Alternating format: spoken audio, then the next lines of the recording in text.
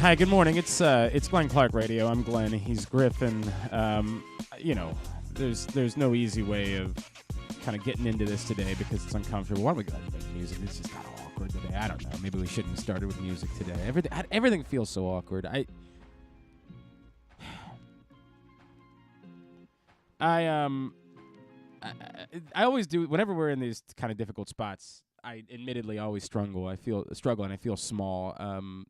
Much respect to everyone from a broadcast capacity that was involved with last night on ESPN and ABC because they were in impossible circumstances. I mean, truly impossible.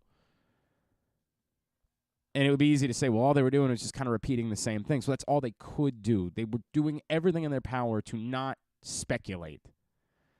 And bless them, because it would have been extraordinarily easy for some people to just kind of go crazy. You saw a lot of that on Twitter last night. Twitter, probably one of the top 3 worst nights in the history of Twitter. And it's not just the extremes. It's not just, the idiot vaccination people. It's anyone who doesn't know anything about what occurred that feels the need to make declarative statements. It's just, it only makes the world worse.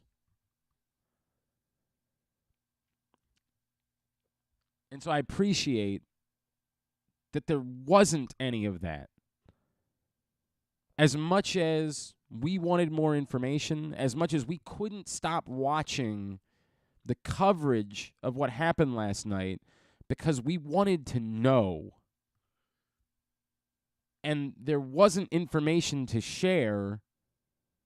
And when those things happen, it's easy to start leaning into speculation. And I appreciate that all of the professionals involved with that avoided going there, despite how difficult it is to do live broadcasts for massive audiences with so little, with no script, with nothing.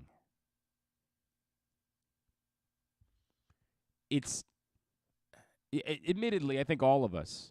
Look, I'm going to tell you 2 things right off the top today. This is Glenn Clark Radio. I'm Glenn Clark. He's Griffin Bass. We're going to do a little bit of sports at some point today. We will. I promise you. That's what we do. And we're in a very awkward spot, right? The sports world feels like it came to a halt, but it didn't. There are going to be sporting events that are going to be played. We are going to pause on the betting show. We're not going to do that today. Simply the bets.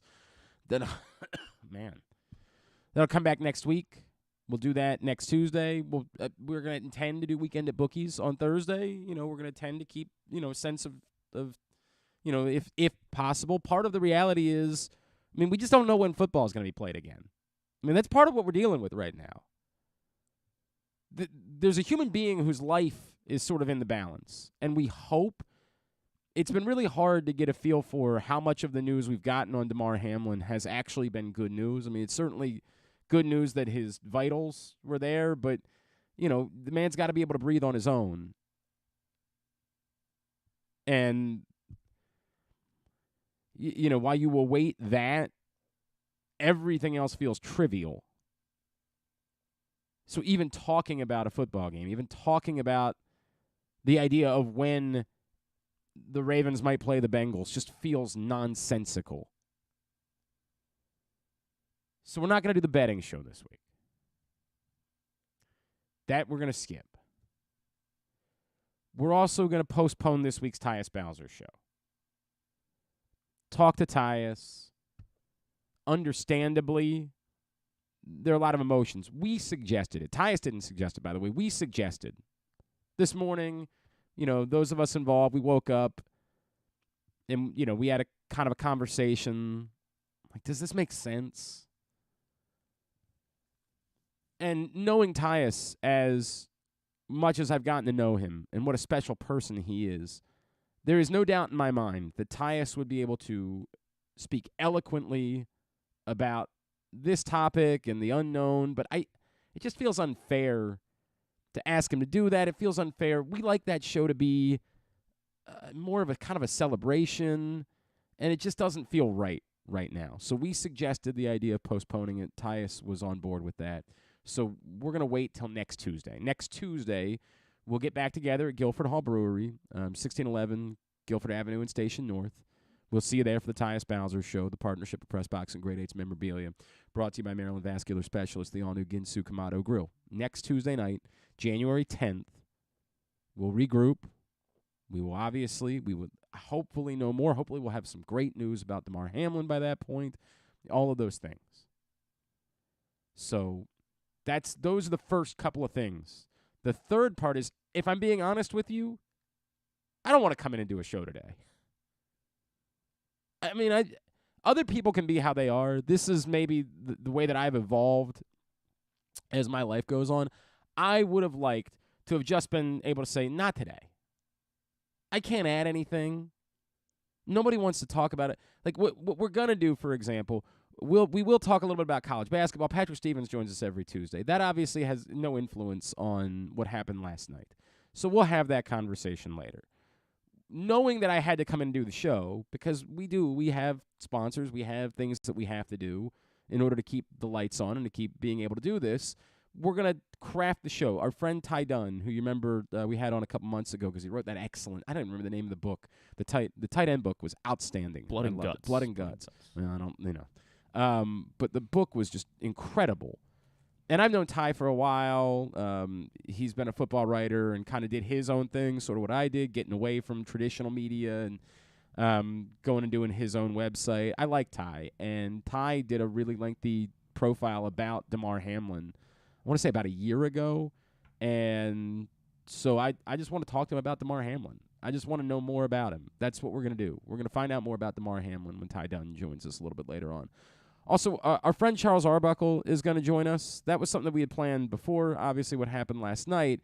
I love Seabuck. I love that guy. Charles Arbuckle, of course, former not only a college standout, but NFL player as well, and now an analyst with ESPN. He does college football.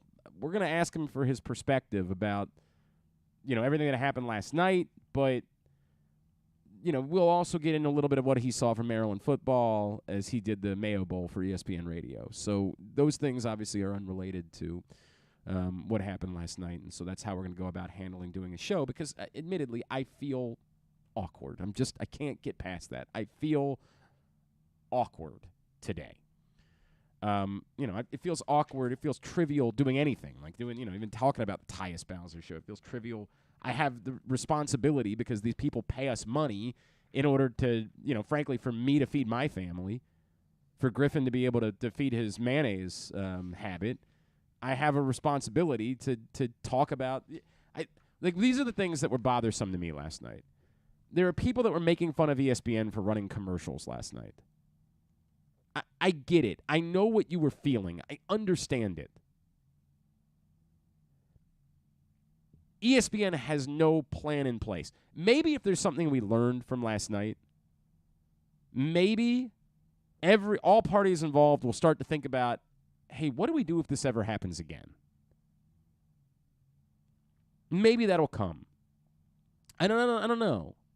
Because I understand that when there's a man whose life is in the balance and you just witnessed it while you're watching a football game, I understand why it feels I don't even know what the word is. It feels awful to have the guy shouting whopper, whopper, whopper at you for 30 seconds. I get it. But there's not a correct answer. There's this thing where you're like, it's easy. Just get away from doing commercial. I'm guessing everybody involved was begging for them to take another commercial break last night because there was nothing more to say. There are no correct answers. The best thing we can do is offer grace. You want to criticize the NFL because there's discrepancy about whether they told the players they were going to play again. Now they're denying it, but everybody involved in the broadcast said that they heard the NFL said, you got 5 minutes to warm up, then you're going to play. Criticize all you want, but this is unprecedented. If you want to say, hey, the NFL should have asked the teams first before they said that,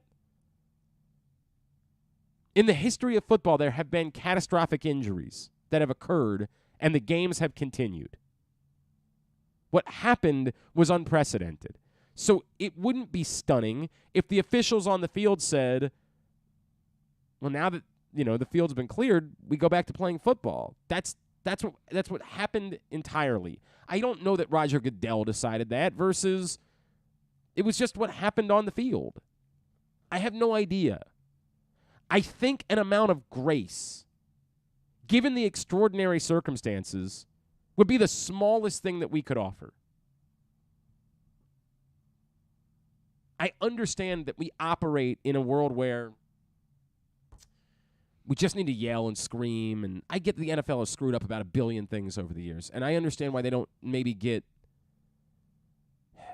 the benefit of the doubt from most folks.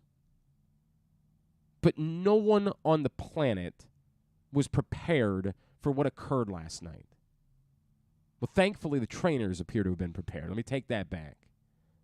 Thank whoever you believe in that the trainers and the medical staff appeared to be prepared.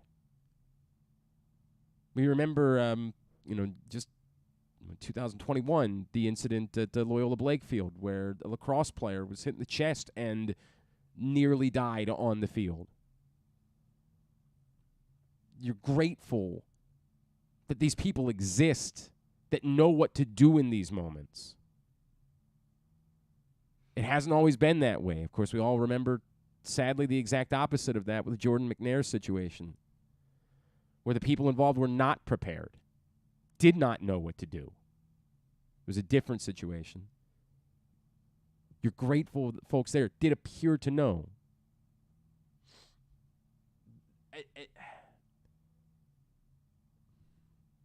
Showing an amount of grace in difficult circumstances feels like it should be the easiest thing for us to be capable of doing.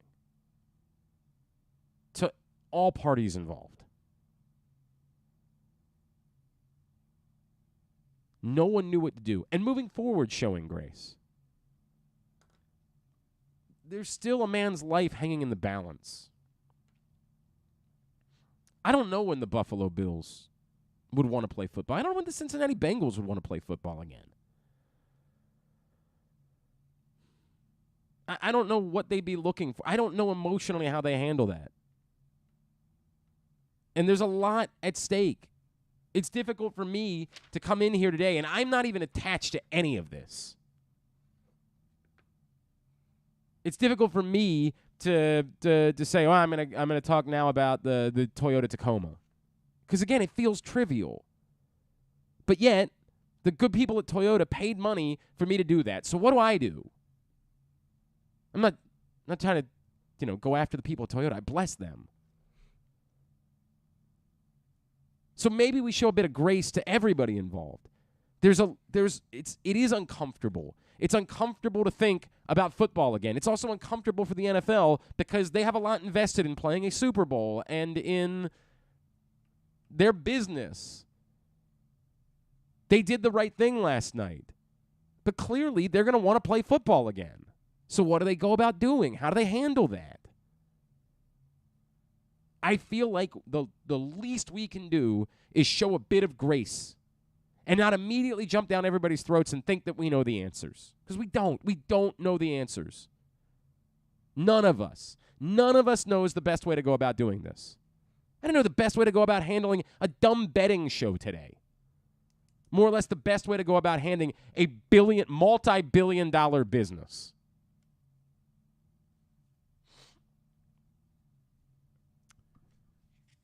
I'm all over the place. I mean, I don't even know what to say. It's so shocking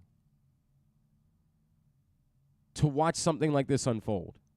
It's so difficult to think about what you do next. In a way, it felt last night like what the NFL was attempting to do was to say, maybe there's a chance that he's going to be okay. And if he is, and we can find that out within an hour, and we can, he can get on FaceTime with all of his guys, then we can go play the football game. Now, your answer might be, Really? After they went through all of that, after you just saw them weeping on the field, you think an hour later they're going to be able to play the football game? I don't know, but maybe. And everybody's different. I remember talking to a lot of guys after Jordan McNair's passing and how important it was for them to go try to play games and live out the goals that Jordan McNair had. When we were doing our best of 2022 issue of Press Box, there you go. It's available right now. Adley Rutschman, Mo Gabba Sports Person of the Year. Pick it up at your neighborhood Royal Farms, any of those hundreds of locations where you find Press Box. We were reliving some of inside. We did the best quotes of the year. And when we were talking about some of the best quotes of the year, I remember Jen Nelson, who's our digital director, saying, do you remember when Jake Funk was on with you right after the Super Bowl last year? And I was like, I guess I do. I like Jake a lot. Jake's one of my favorites.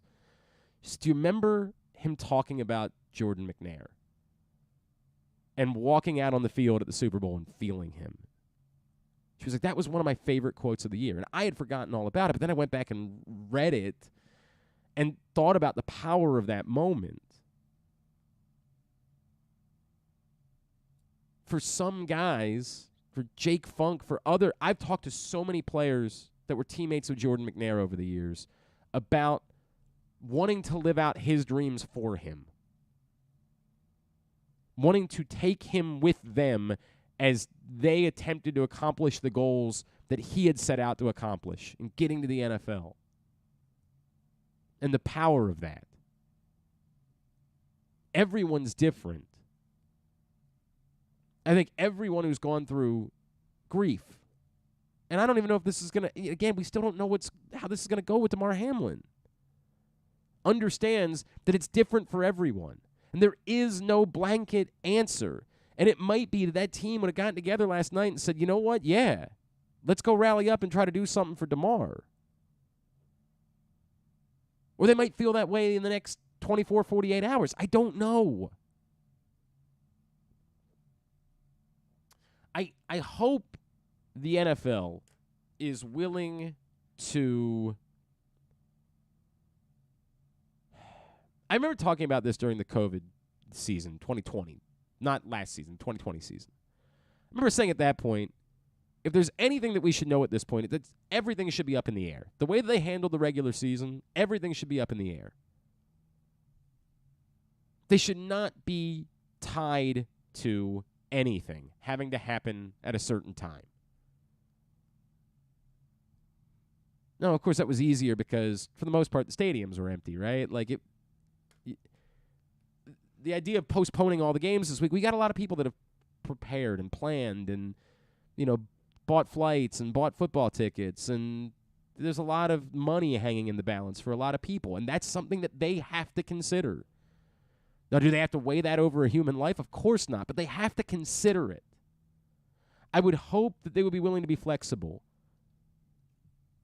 One of the easy things that can be done is to say that week that is dedicated to the Pro Bowl is now, the Pro Bowl competition, whatever they're doing, that can either just go away, like just disappear altogether, or just remove all the players. If you need to push the playoffs back a week and play the championship games that weekend, then the 4 teams involved in the championship games just won't be involved in your Pro Bowl thing. That seems easy. I mean, that doesn't seem all that difficult.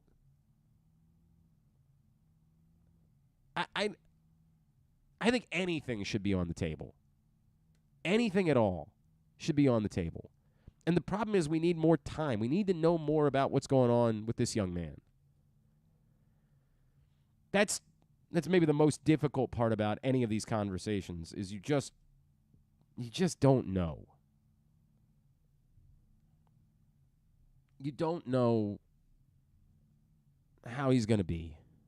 And I'm not a medical expert, and I've reached out to a couple of people that I think know more than I do, but none of them are comfortable speaking definitively about this because there's a man's life in the balance.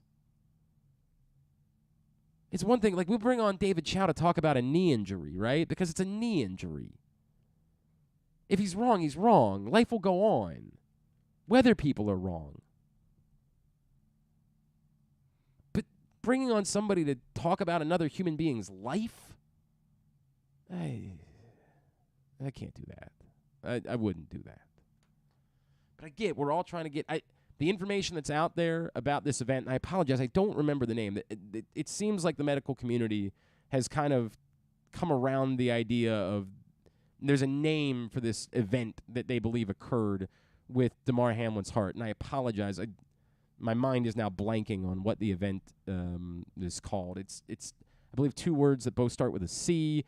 You have it? It was Commodio cordis? Yeah, that sounds right.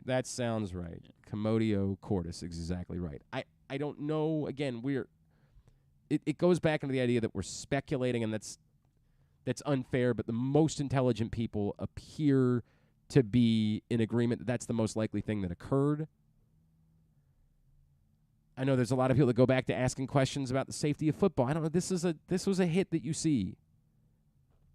It's a violent game, and that terrifies you a lot. I mean, I talk about that like I can't escape that. My son's asked me about playing football.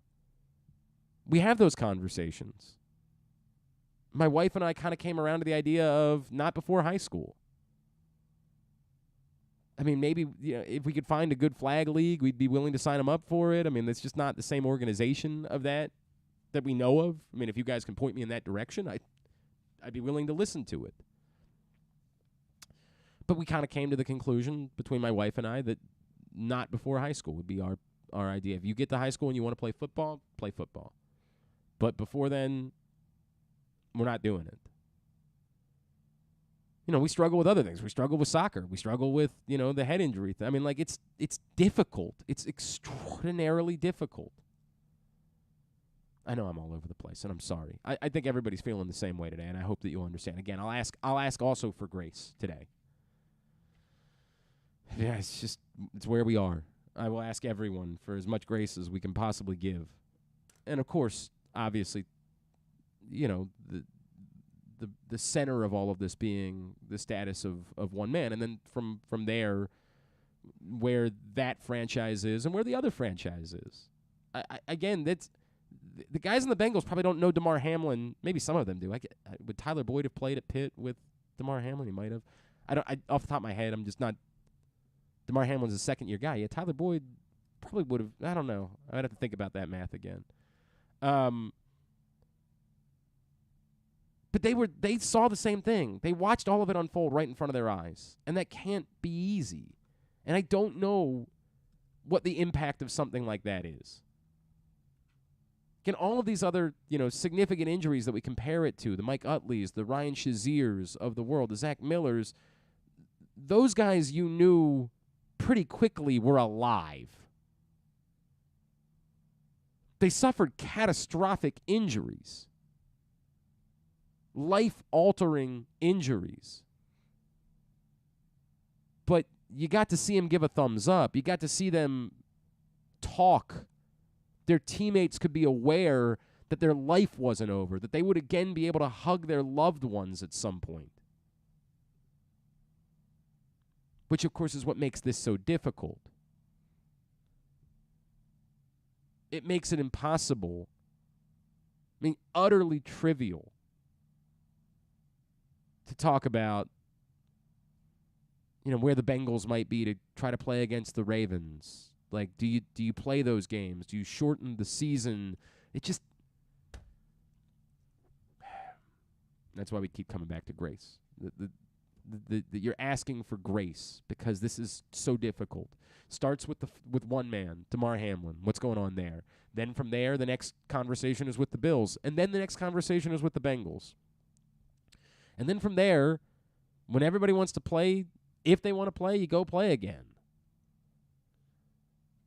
I am appreciative of the fact that the NFL was wise enough to know that there's no world in which, you're going to force. Once upon a time, there were hard asses that would talk about. I talked about this with the COVID season. When these idiots, these mouth breathers would be like, well, if they're not ready to play, you forfeit.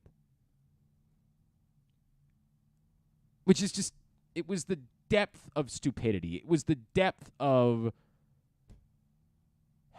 Neanderthalism. I'm grateful that we're beyond that we understand, just stop. Just stop.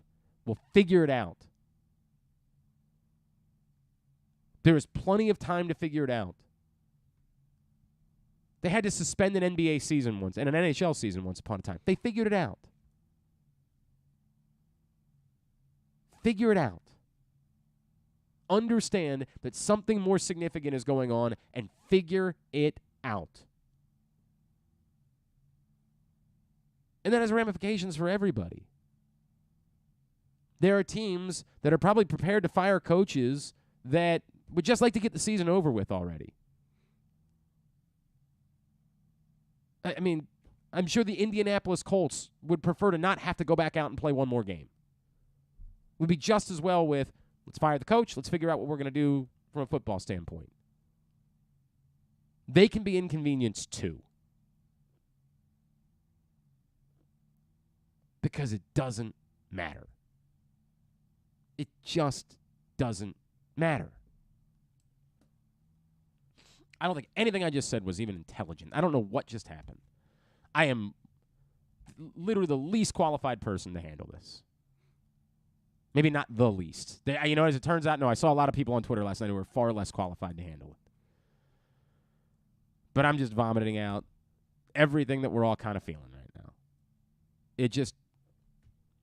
Football is the center of what we do in this business. So let's go to that as well.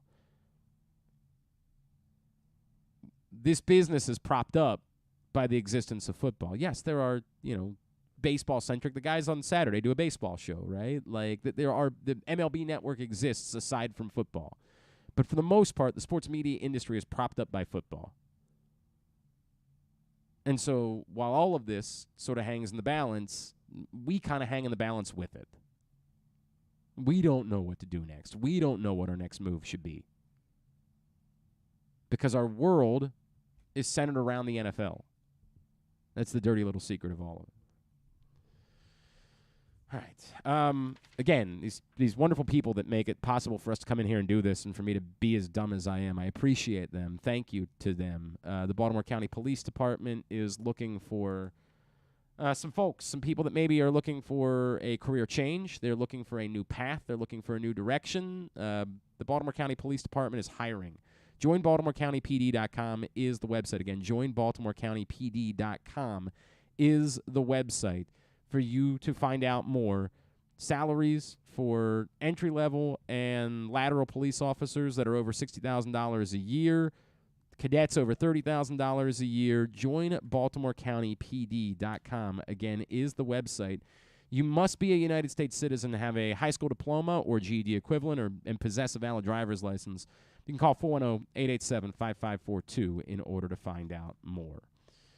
When we come back in, we are going to learn more about Damar Hamlin, as Tyler Dunne, longtime football writer, did a really significant profile about Damar Hamlin. And I just want to talk more about the person that's at the center of all of this and try to get to know him a little bit. So we're going to do that in a few minutes. We will. I promise we will do some sports, some other sports this morning. But I think we all understand. And again, I'm asking for grace, the same way that I'm asking for grace for everybody else. Is it's just a very difficult time to be trying to do anything when it comes to this business. It is a Tuesday edition of Glenn Clark Radio.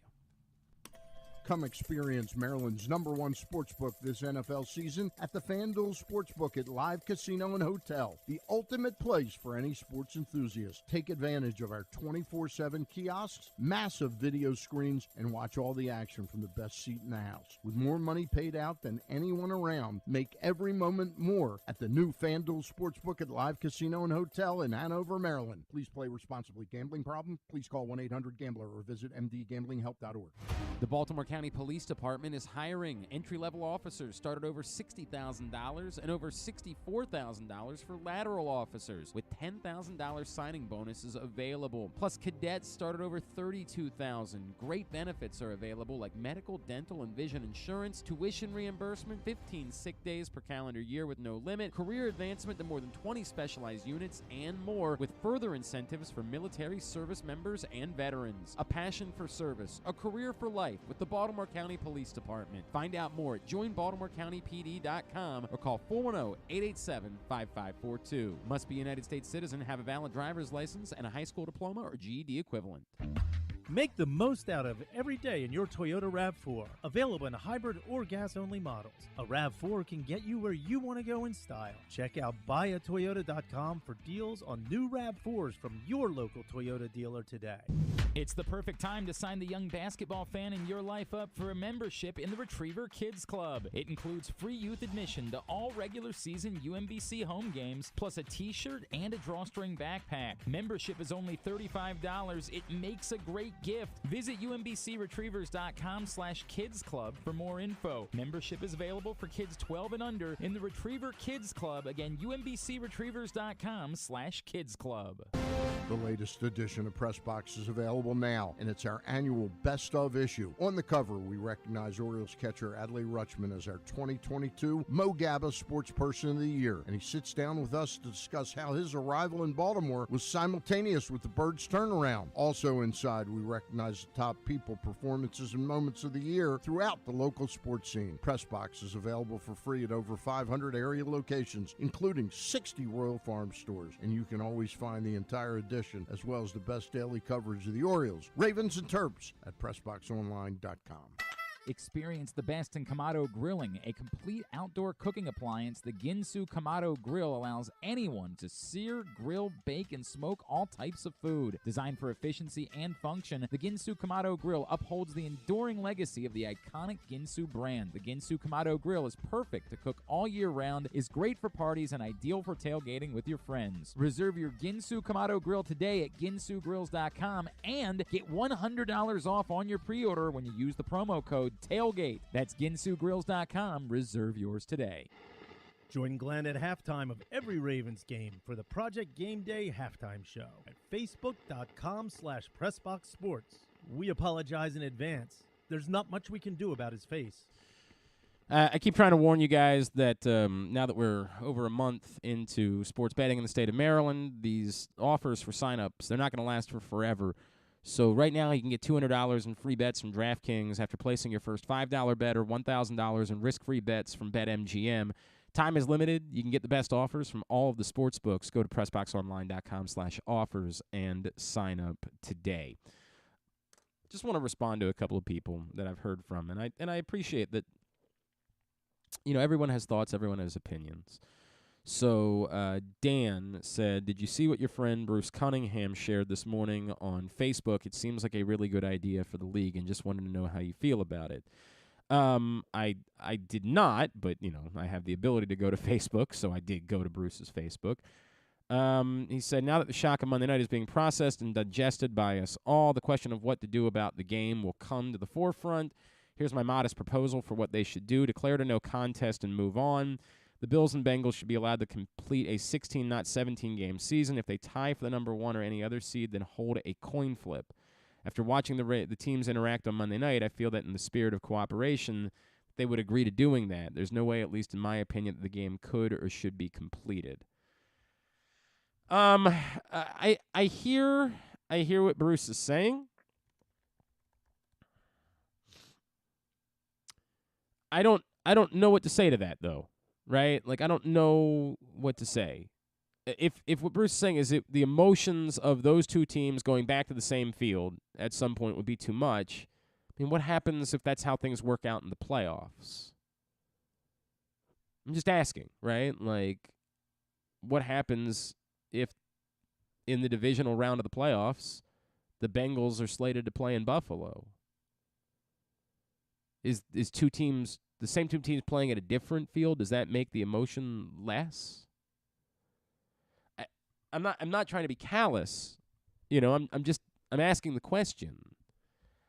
I would say the first thing is time. The first thing is I would say take your time. Figure out what's happening with Damar Hamlin, then figure all these other things out. That's just, to me, the way it would go.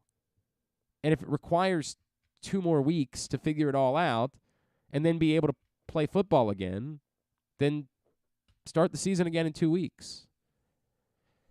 There is an argument for just saying there will be no Week 18 this year. But the Bills and Bengals can complete this game whenever they're ready to, and that will be the end of the regular season. And then everyone will have played an even amount of games, and the teams that are on the outside looking in will be disappointed by that, right? Like the Pittsburgh Steelers, who played so well down the stretch, will be very disappointed by it. But at some point you look at them and you say, guys, we're sorry, but this is more significant than that. And that's a difficult pill to swallow for people, but at some point you have to be willing to understand. Once upon a time, I'll give you an example. Once upon a time, I got caught up as a young person in 2008. You might remember the Ravens were scheduled to play Week 2 in Houston, and then there was a hurricane, and there was a lot of idiocy about, well, the Texans knew this was coming. They should have to forfeit. Why should the Ravens have to have their bye week now when they were practicing all week and lose their bye week this season? And I remember talking to someone who I greatly respect in the league office about this, and that person saying to me, Glenn, there was a hurricane. Think about common decency. And I needed that. I needed to be hit in the face with that. And in all these conversations that we'll inevitably have, I think we need to keep that in perspective. All right, this is very difficult, but at the center of this is a man, and a man who I just want to get to know a little bit better. And I think you'll remember a couple of months ago, I spoke so highly about our next guest's book, Blood and Guts, about the tight end position, and I enjoyed it so much. And I was pointed to a profile that he had written about Damar Hamlin for his website, golongtd.com, and it's a really powerful look at Damar Hamlin, the man, and I appreciate, because I know he's a very busy day, and I can only imagine his emotions right now, but I appreciate Ty Dunne taking a couple of minutes for us this morning. Ty, it's Glenn in Baltimore. Good morning, my friend. Thank you for taking a couple of minutes for us. Hey, good morning to you. Thanks so much for having me back, and, perfectly said. I think we're all in a state of shock, everybody throughout the country. It's hard to even put into words. Ty, in reading your profile and the time that you spent with Damar Hamlin, his story is remarkable. Really remarkable. Where he came from, and the words "beat the odds" just, scream at you that, and in the context, obviously, it remains terrifying because you're praying that he's beating the odds again at this point. But for those that don't know his background, and I'm not asking you to give away the entire story, but can you share with everyone a little bit more about where Damar Hamlin came from and why it's so significant that he reached this point in his life? Oh, absolutely. I think it's so important for people to know the human being, and that's probably the one takeaway we can. If we're trying to make sense of all of this, I just hope that we all realize that these aren't robots. These aren't cogs in a machine. These aren't, nameless, faceless players to plug into a fantasy lineup. These are human beings who come from some really rough places, and Damar Hamlin is one of those. He came from McKees Rocks, just outside of Pittsburgh, and the way he put it is more than half of the kids he grew up with are dead. And it has affected him in a profound way, simultaneously as he's seen so many friends just kind of succumb to just senseless murders. He loses his dad. He's in a courtroom at 12, and his dad is sentenced to 10 years and ends up doing 3.5. So he doesn't have a dad. Since then, his dad has gotten his life back on track, has a trucking business, everything's good. But it's some very, very important years in his life. He didn't have a dad. He's losing so many of his friends. And football really did become that outlet for Damar Hamlin. That became his sanctuary, where he was able to really find himself as a boy, becoming a man. And, of course, when he could have gone anywhere. And he was so good in high school, he could have really picked his college. He chose the University of Pittsburgh because it was close to home. He knew there were kids that would look up to him. And he wanted to really be that beam of light for a lot of kids that grew up the way he did. And yeah, in the story, he really does take it one friend to the next that he lost over time, really into when he became a college student and how it affected him. And there's so much more to it. I don't mean to ramble on and on, but even in college, he had a really mysterious injury, like a hernia that was, mistreated by the doctors there and needed several surgeries, played through so much pain just to get to this point, just to get to the NFL. And he is driven by that sense of purpose to really be an inspiration for kids that were in the exact same position he was, McKees Rocks. Tyler, what you write about with his father being gone and his relationship with his mother, I think one of the things that all of us were being hit by so much last night was the idea of his mother being there and witnessing this. And I think you can speak to their relationship because his father was in jail for those years. Can you tell us a little bit more about, the relationship that Damar Hamlin shared with his mom? Unbelievably close. You're right. I mean, you're gonna become so close in a moment like that where there's no playbook for how you handle life as a teen, let alone being the mother of that teen when dad isn't there. And you see this so often throughout the NFL, the bond between a mother and a son. You can't even put it into words. Honestly, that's kind of where my thoughts went soon after we saw this happen, and we're all mortified.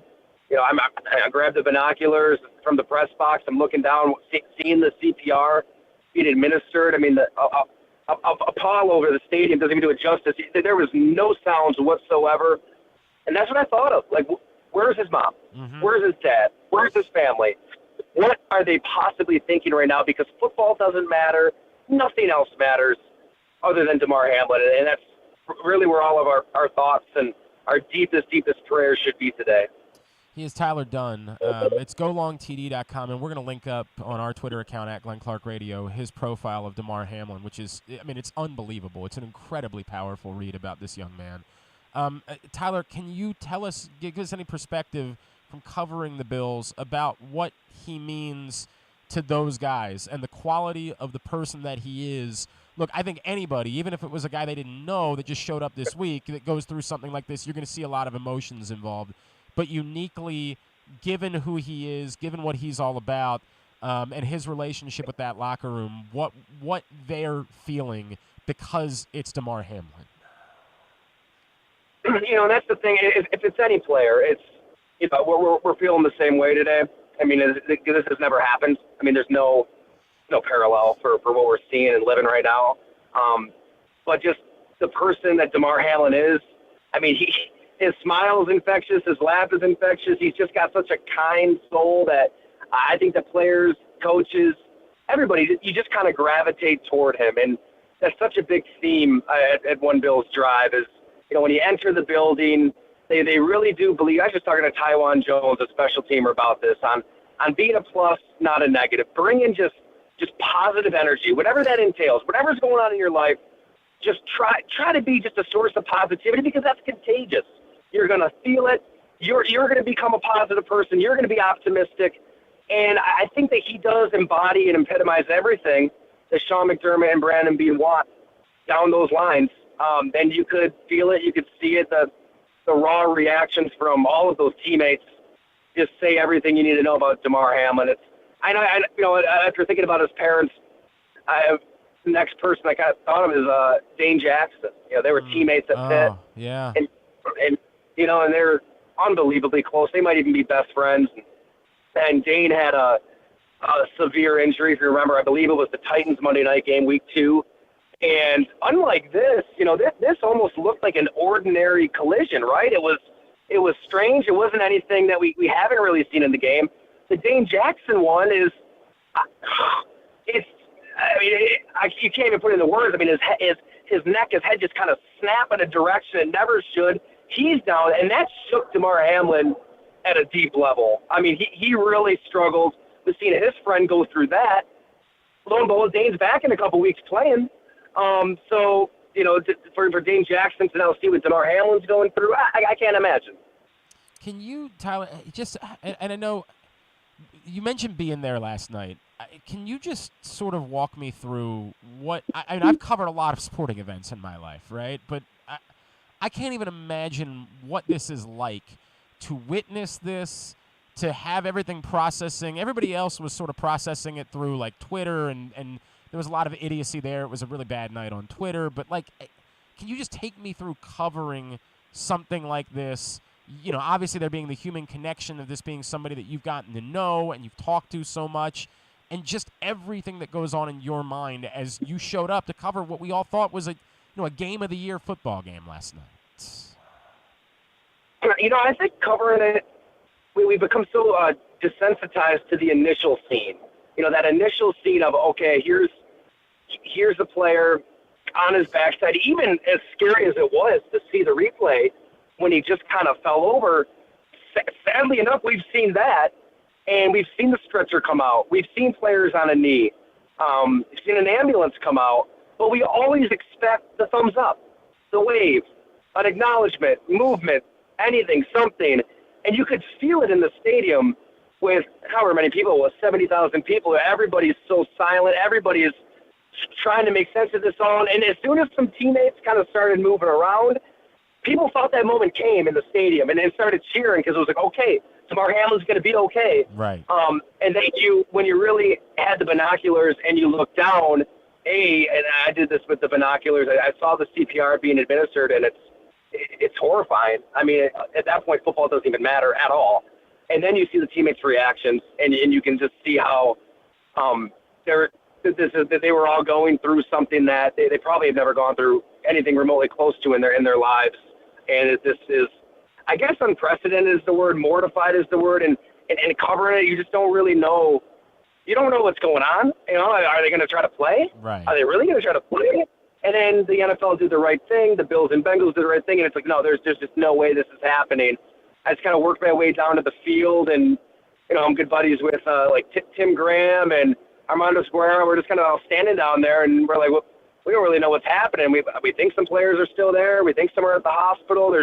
Nobody really knew. And eventually we just kind of made our way out to the field, walked around, and some people made their way to the hospital. And I think everybody is in that same position of just praying for good news. That's all we can do is pray and hope. Tyler, before I let you go, I wanted to ask you just about, you know, if there's a local connection for us, it's seeing that image of Stefon Diggs, just having to go to the hospital and, you know, seeing his humanity this last year or so, and his relationship with the young man who lost his father, and I apologize, I've forgotten his name off the top of my head, and I've always had such admiration for Steph from when he was at Maryland, and certainly had wished a number of times the Baltimore Ravens would have figured out a way to have Stefon Diggs on their roster. But can you tell me about what he's become as a leader, as a man in that community, since arriving in Buffalo? Yeah, it is deep and it is profound in its own regard. I mean, this is somebody who was, I mean, to put it lightly, disenfranchised by everything happening in Minnesota with Mike Zimmer, wanted out, wanted a fresh start. And, you know, as I think he, you know, getting traded to Buffalo probably had a lot of the same thoughts a lot of people have when they end up in Buffalo. Like, all right, well, I don't like 80 inches of snow. Right. You know, so not a lot to do here. And was the leader they needed behind the scenes vocally. Nobody works harder than Stefon Diggs. And, you know, I think he's open, too, to, like, constructive criticism. I mean, getting to know Taiwan Jones well, and there's a special teamer that can push Diggs. So they all kind of play off of each other. But yeah, in the community too, he's beloved, and they love him, and he's really the leader, spiritually, emotionally, and obviously physically, athletically on the field that has become the Buffalo Bills. So, to see him shed those tears too, your heart just goes out. I don't know how. Obviously, in the moment, you're thinking, how in the hell do you even play a football game? And the defense was ready to take the field. They were jumping up there, stretching, and then obviously things changed. I don't know how you play a game. When is it the right time to even think about football? I can tell you, I don't think any one of those players, any one of those teammates have even put their mind there, because it's where it should be. It's with Damar Hamlin. No, there's no question. And to your point, by the way, that image of him hugging Sean McDermott in Detroit is one of my favorite images of the season. Just the power of that moment was really incredible. Tyler Dunne, I know you're a busy man. I know you're going through a lot yourself. I really appreciate taking the time. I encourage everybody to read this piece that Tyler Dunne has written at golongtd.com about Damar Hamlin. Thank you for joining us this morning, my friend, and our best to everybody in Buffalo. All right. No, thanks so much for the opportunity, and I really appreciate you having me on and doing Damar justice. Thanks a lot. Absolutely, man. Tyler Dunne, heck of a writer, and again wrote just an absolutely unbelievably deep profile about Damar Hamlin. And we have linked it up on our Twitter account at Glenn Clark Radio. We truly encourage you to go read it because it is extraordinarily powerful in getting to know the young man that's at the center of all of our thoughts at the moment in the world of sports. And that image that they showed on ESPN, I don't know how everybody else was. When the game was called, my first thought was, I can't keep this. Is macabre. Like I can't keep watching it. But I couldn't stop watching it because you just wanted to know something. There was an emptiness that you felt. And if I flip over, if I try to watch, my first thought was, well, I haven't had a chance to watch Last Chance U yet. So I had planned to watch football tonight. I had worked the Stevenson basketball game earlier. That was over. I was home. My plans for the night were to sit and watch football. So I had a night in front of me. I was going to write power rankings. How trivial. My God. I swear to God, I started to go rank them. I'm like, what am I doing? Ranking football teams? No. No, I'm not going to do that. I do think I'm going to. I wrote something this weekend about Maryland football that I think is going to run this week at PressBoxOnline.com, and I don't know when, but it's unrelated, obviously, to what's going on. And I said, I'll go watch Last Chance U. Like, this is my opportunity to watch Last Chance U. And then as soon as I went to go pick it, I'm like, I'm not gonna be invested. My thought process is going to be, what is going on here? Quickly, today's show is also brought to you by the all-new Ginsu Kamado Grill. Use the code TAILGATE, save $100, and you go to ginsugrills.com. Again, ginsugrills.com. I'm sorry. Whew. I don't know. I on top of everything else, I got a whole allergy thing going on today. Of all the days, right? Of all the days to also have allergies going on. GinsuGrills.com. Use the code TAILGATE. Save $100. John, I believe it's one of those words that you could say either way, macabre or macabre, I believe. There's a few words like that you're convinced are definitely one thing. Then somebody tells you another thing, and you're like, but for my entire life, I've believed it to be this thing. I believe it can be macabre or macabre, but I don't quote me on that. I believe I used macabre for a long time. Then somebody told me it was macabre, and then I went with that. Now, yes, John tells me both are correct. So there's that. I got that going for me. I just couldn't bring myself to do it, and so I just sat and I watched, and I was watching, and it was empty, and it was tough. Ryan Clark, by the way, of course, I think everybody was amazing. I think he offered the absolute most in that coverage last night. He was unbelievable. And I just kept sticking with it out of the hope that you would learn something. I think we were all encouraged by, what was shared by his marketing rep, which, the man's name is Jordan Rooney, works with Damar Hamlin in a marketing capacity, and sent out some information last night. His vitals are back to normal. They put him to sleep. They put a breathing tube down his throat. They're currently running tests. We'll provide updates as we have them. And that sounded good, but still, if he's not breathing on his own, I just don't know enough. I have no idea what to make of it. And I just kept wanting there to be information, and I think we all kind of feel the same way today. We just desperately want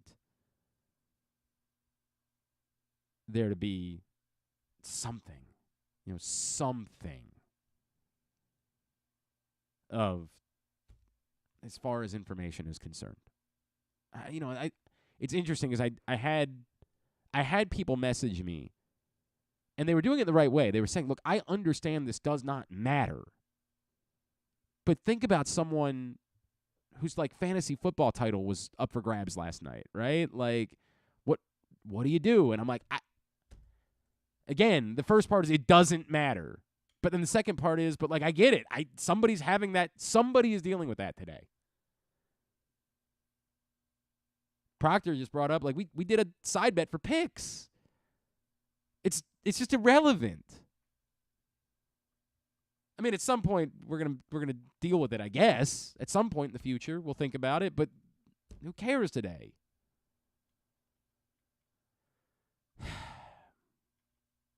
I'm just all feeling the same thing, man. We're just all feeling it. We're all feeling it. All right, we are going to talk some Maryland in hour number 2 of the program. Charles Arbuckle worked their bowl game. We're first going to get his thoughts as a player, as someone who played at the highest level, seen a lot of things. We're going to get his thoughts on what happened last night and how everybody involved processes it, and then we'll talk to him a little bit about what he saw from Maryland as they wrapped up their season by winning the Mayo Bowl last Friday. So we are going to do that. That will be it's something that happens. We're also going to talk some college basketball in the second hour of the program. That's all on the way.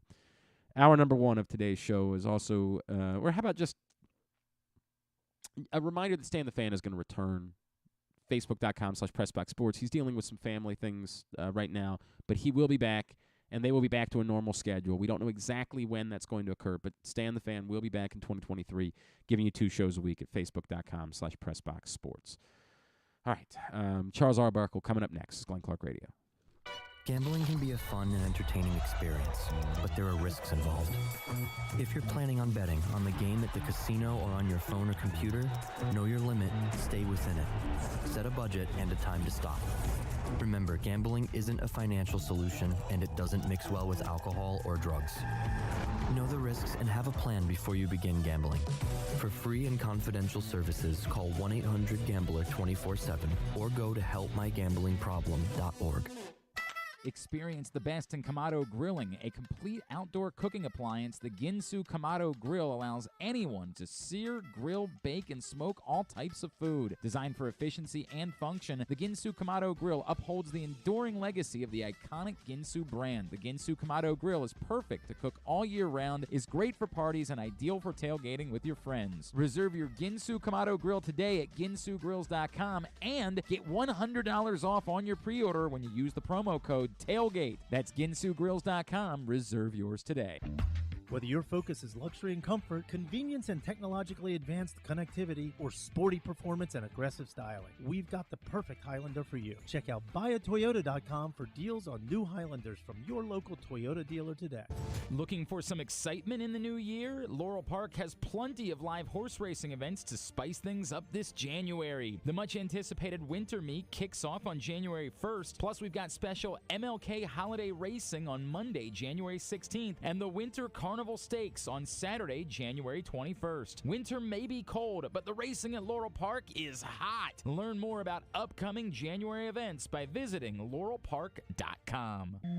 Another Orioles season is in the books, and the Bat-Around was there every step of the way as the Birds posted their first winning season in 6 years. And after promoting 2 #1 overall prospects in Adley Rutschman and Gunnar Henderson, Mike Elias has said it's liftoff from here. Hi, I'm Paul Valley, and along with my co-host Zach Goodman, we'll be here every Saturday from 10 a.m. to noon all off season, discussing every signing, trade, and waiver claim as we navigate the cold winter months that lead to spring training. You can watch us at youtube.com/PressBoxOnline and facebook.com/PressBoxSports, or listen live at PressBoxOnline.com/radio. And if you miss a show, you can find us anywhere you get your podcasts. So tune into the Bat-Around with Paul Valley and Zach Goodman every Saturday from 10 a.m. to noon right here at PressBox Sports. It's the perfect time to sign the young basketball fan in your life up for a membership in the Retriever Kids Club. It includes free youth admission to all regular season UMBC home games, plus a t-shirt and a drawstring backpack. Membership is only $35. It makes a great gift. Visit UMBCRetrievers.com/Kids Club for more info. Membership is available for kids 12 and under in the Retriever Kids Club. Again, UMBCRetrievers.com/Kids Club. If you can't listen or watch live, you can subscribe to the show via Spotify, Amazon, or Apple Podcasts. Leave a 5-star review while you're there. Or, if lying isn't your thing, we'll take a 3.5-star review too. Hey, I mentioned at the top of the show, we are not going to do Simply the Bets today. It just does not feel appropriate. We will plan on there being, at least as of right now, plan on there being a weekend at Bookies this Thursday, and hope that you will join us for that. But it's always still the FanDuel Sportsbook at Live Casino and Hotel Maryland, the best place to watch and bet on everything, including Fight Night Saturday night with Gervonta Davis in action. So you want to reserve your spot right now, avoid having to purchase the fight on pay-per-view. Instead, watch it for free, win some money. They're expecting a huge crowd in the FanDuel Sportsbook on Saturday night. So email events@sportssocialmd.com right now in order to reserve your spot for Fight Night Saturday night in the FanDuel Sportsbook at Live Casino and Hotel Maryland. All right. Obviously, everything, we understand that the center of the universe in the football world is what's going on right now with Damar Hamlin, and we will continue to monitor that. And I want to get perspective on that from our next guest, but we will also be asking him about what he saw as he worked the ESPN Radio broadcast for the Duke's Mayo Bowl last Friday as Maryland beat NC State. He's been a friend of ours for a long time. It's a pleasure to welcome back to the program Mr. Charles Arbuckle, who's with us here on GCR. Charles, it's Glenn in Baltimore. It's good to chat with you. Happy New Year, my friend. Thank you for taking the time for us as always. Yeah, man, I appreciate it. Thanks for having me on. Before we get into Maryland, Charles, I can only imagine what's going through anybody's mind as you watch that last night. Can you, from the view of someone who played this game at the highest level and who knows the dangers of playing football, and I'm sure you've seen a lot of your teammates and yourself go through a lot of things, but just what your emotions were as you watched that unfold last night. Yeah, my heart went out to his family.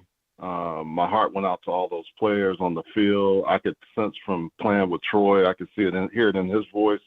I know Booger very well. I could hear it in his voice. I don't know Ryan Clark as well, but we've all come around the same time. And then Lisa Salters, who kept coming on. She was on the field. The sense of being, I've been in the pharmaceutical business, healthcare for the last 25 years, and I'm not a doctor. I don't play one at all. But I've been around enough situations where there's a sense of urgency. When you have to get CPR given and when you have to bring out the defibrillators and you have to have oxygen, those aren't good things. And the players knew that as well. You could see guys crying, praying. The medical personnel that hit the field as quickly as they could. UC Medical Center, which is not far from Cincinnati. If you've never been there, it's probably a 10-minute drive, maybe less, because they're able to get there quicker. I could see grown men understanding that, hey, this is not the normal. You tear an ACL, you have a concussion that the guy walks off and he's okay, or a knee injury or, shoulder injury where, hey, he's going to be okay. It's just, you feel bad for him. This is a situation where I see a coach and coaches coming to each other and saying, we're not playing. Basically, bump whatever the league says, we're not playing. We're not going to put our guys through this. And so that's, to me, is true leadership. I have nothing but mad respect now for McDermott, and all those guys that had to be put in that situation where the league didn't step in and just say, look, we're not going to play. The guys can't play. You can see them visibly shaken after this. And,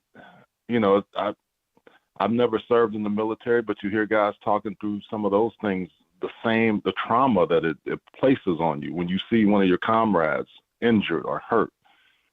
I've never seen anybody collapse like that on the field. I've been around a lot of football. I've never seen anything like that. You know that you sign up for it, but you don't know that you sign up for, I'm going to have somebody save my life as I lay on that field. Can you, give me the perspective of, like, when might you be capable of thinking about it? Can you even give a concept of, like, when anyone who is involved with that would be physically capable of considering football again? I'm not even talking about playing, but just having your mind anywhere but thinking about Damar Hamlin. Yeah, I think until they know he is in the best care and able to return, you're not getting any other information. I know some of the guys, you saw Stephon Diggs going there, the coaches and the organization, but I still don't know if that, makes it okay just because you saw something that you can never just wipe away. You can't forget what you saw. So I think the big thing is that, look, this is a business, man, and I know those guys, they have their meeting rooms and they're doing some things now. But I think the biggest thing is making sure that these guys are all right, each one of them. Yeah. Because we're all tough guys. We don't say, oh, we don't need this. We don't need this. They need to be able to voice how they feel. And I'm glad they said this 5-minute thing, and I'm like, there's no way they can play. My son and I were watching it last night. I was like, they can't play that game right now. It would be a cluster if they tried to go out there, and what it would do to those guys. And I knew it was serious when not a peep out of the fans in the stands. Right. Which is, Bills and Bengals fans, it. Yeah, when things like that happen and you get to see it, and it's not what you want to see, and I hope I never have to see it again. I know that's a small thing and it's trivial in comparison, but I actually think that the fans in attendance at last night's game deserve a lot of credit, because I think, Seabuck, you've been doing a lot of broadcasting. You've been around a lot of drunk, revved up fans that only consider themselves, and we see fights regularly in stands these days, and I frankly, for the most part, stopped going. When they said, hey, you can come in studio and do post-game and not have to worry about being at games, I was like, hey, man, I'm in, because I'm over being around that stuff. But the restraint that they showed last night and the way that there were no boos and anything like that, I actually oddly think that they deserve, the folks in Cincinnati that were at that game deserve credit for how they handled a situation in the immediacy of, obviously, a lot of people spent a lot of money for tickets to a really big game last night. Yeah, and it's interesting. The Cincinnati Bengal fans are like Bills fans. They're really knowledgeable. We used to play there once a preseason when I was in Indy. Sure. So I've been around that fan base, and for the most part, you can go to some places where it can be crazy, but I think in that situation last night, I think everybody to a person knew something was more severe than just a normal, hey, he's going to get up or he's going to give us a thumbs up and leave. I don't think the players cared, but I think they could see the concern for not only the Bills players, but the Bengals players that were shaken up as well, to know one of your own was laying there and, they didn't know what the next thing was going to be, and took them a while to get them in the ambulance and even leave. So I think that, to me, probably the severity of it made people understand, hey, this is not the normal, you just, we're going to move the ball 15 yards and we're going to keep playing. This is something that is way more severe. And I hate, but I'm happy that Damar Hamlin's mom was in the stands as well, just at least so she could be there with him. I don't know if other family members, but that's the one thing I heard. And just knowing a couple of folks on both staffs, just understanding just how they're all still shook up. No doubt. Charles Arbuckle is with us here on GCR. And Charles, obviously, we know that everything else we're going to talk about pales in comparison. So, of course, we make sure that we say we are everyone's minds, everyone's thoughts and hearts are with Damar Hamlin and everybody in Buffalo. That said, I did want to take a couple minutes to talk to you about what you saw from Maryland football on Friday, because Charles, honestly, I think that was kind of significant, what we saw. I know bowl games are weird and, how much they matter to everybody. I don't know what to make of it, but a Maryland program that was trying to show that they are still on an upward trajectory and that they are going to be able to continue sort of breaking through in what is a very difficult conference in order to do that. This year there were some positive signs, right? A year ago, their 6 Big Ten losses were by 30 points, an average of 30 points. This year, their 5 losses were by an average of 13 points. Like, that's progress. They were competitive with Ohio State and Michigan.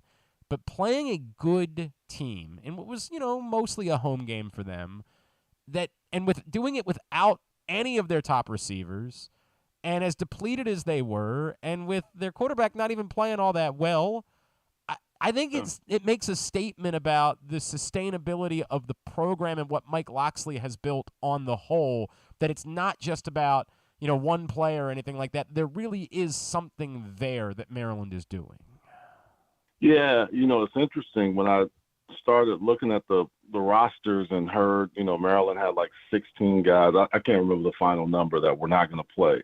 But what just blew me away was Jacob Copeland out, Dante Demas, Rakeem Jarrett. It's like, whoa, that's a lot of production at your receiver position. And then, when you lose the tight end that has, 30 catches and 3 touchdowns, and he's tied for the second most on your team, C.J. Dupree, I was like, oh, my goodness, that's a lot of lost, folks. But then when you started talking to the staff and getting an understanding of Ty Felton and Punch Knotts and some of the other guys that were there, and I really looked at it on offense first and foremost because this North Carolina State, I call their spring game. I've been around the program. I did some games. I don't know this year, last year for sure, but this year I've just kind of watched them because I know I like what Tony Gibson does on defense. That defense is really, really good. We've talked a lot about Clemson. I still think North Carolina State may be the best defense pound for pound in the ACC, but their offense just struggled so much, and they lost so much on offense. And they were depleted on the defensive side, especially in the back end. But with a guy like Tanner Ingle, who just is a heat-seeking missile, and I even said it on the broadcast, just reminded me a few times of Chuck Cecil. I knew that this was not a game right away. We could sense it. That it wasn't a game where it was like they're mailing it in. These dudes were hammering each other. And I think what happened, Maryland had heard all week or all bowl prep, North Carolina State's defense is awesome. I'm going to tell you what, Tank Booker showed up. If you look at the different, Cowan showed up, Barham showed up. They had guys that showed up, Bo Braid. So to me, what I thought it was that Loxley and the staff did a really good job of getting guys ramped up to bowl games, because what happens is you can do it too much where you get to a point where guys are just fed up and they basically said, I don't give a F. I don't care what happens. I didn't see that out of the Maryland team. They didn't play well offensively, but they were playing a team that does a 3-3-5 stack, drop 8 is hard. And you got to be patient. And sometimes Tagovailoa wasn't patient with throwing the ball, and it got into bad places. But then other times he pulls something out, and you're like, oh, wow. The biggest thing for me was I saw two teams that both were kind of in the same place. One wanted to win 9 games. The other one wanted to get to 8. And Loxley, I think, did a really nice job of getting his guys prepped and ready to go, just like North Carolina State did, but just for a team that hadn't had a lot of success in the big stage and opportunities like this, they did it the right way. And I think that was the most impressive thing out of that win. It wasn't offensively impressive, but It was just impressive. It was grimy. It was one of those, just gritty wins that you get and you look back and you say, man, we left it all on the field. And even though it was a bowl game, to me, it was kind of the early genesis of these bowl games that started to really show you how competitive you could be if you showed up and played hard and played well. There's a decision that still needs to be made by Taulia Tagovailoa, and it's awkward because it's easy for us to say, well, this guy's not going to be a first-round pick, but he's also going to be 23 here in a little bit, and some guys are just, ready to kind of get on with their life and what's next, but he does have the option of one more year coming out of the pandemic if he so chooses. If he asked you, Charles Arbuckle, hey, man, what do you think? What would you say to Taulia Tagovailoa about this decision that's in front of him? Yeah, I'd really give him all what are the pros and cons. I mean, I'm big on that, really breaking those down. He's seen his brother have multiple concussions, so it can happen in college or pro. That could be one thing in the back of his mind. He's had a few nicks. He's had some knee injuries.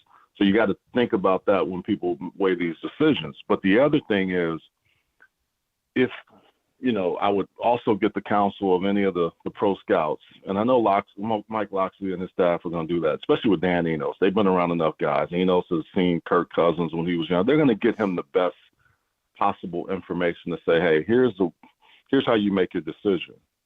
But then ultimately, if it's not a high round grade, and he was playing well at the end of the season, because there were stretches, man, when they – especially at Wisconsin and the Penn State game, I don't think that Maryland offense played very well. And I can't blame it on one person.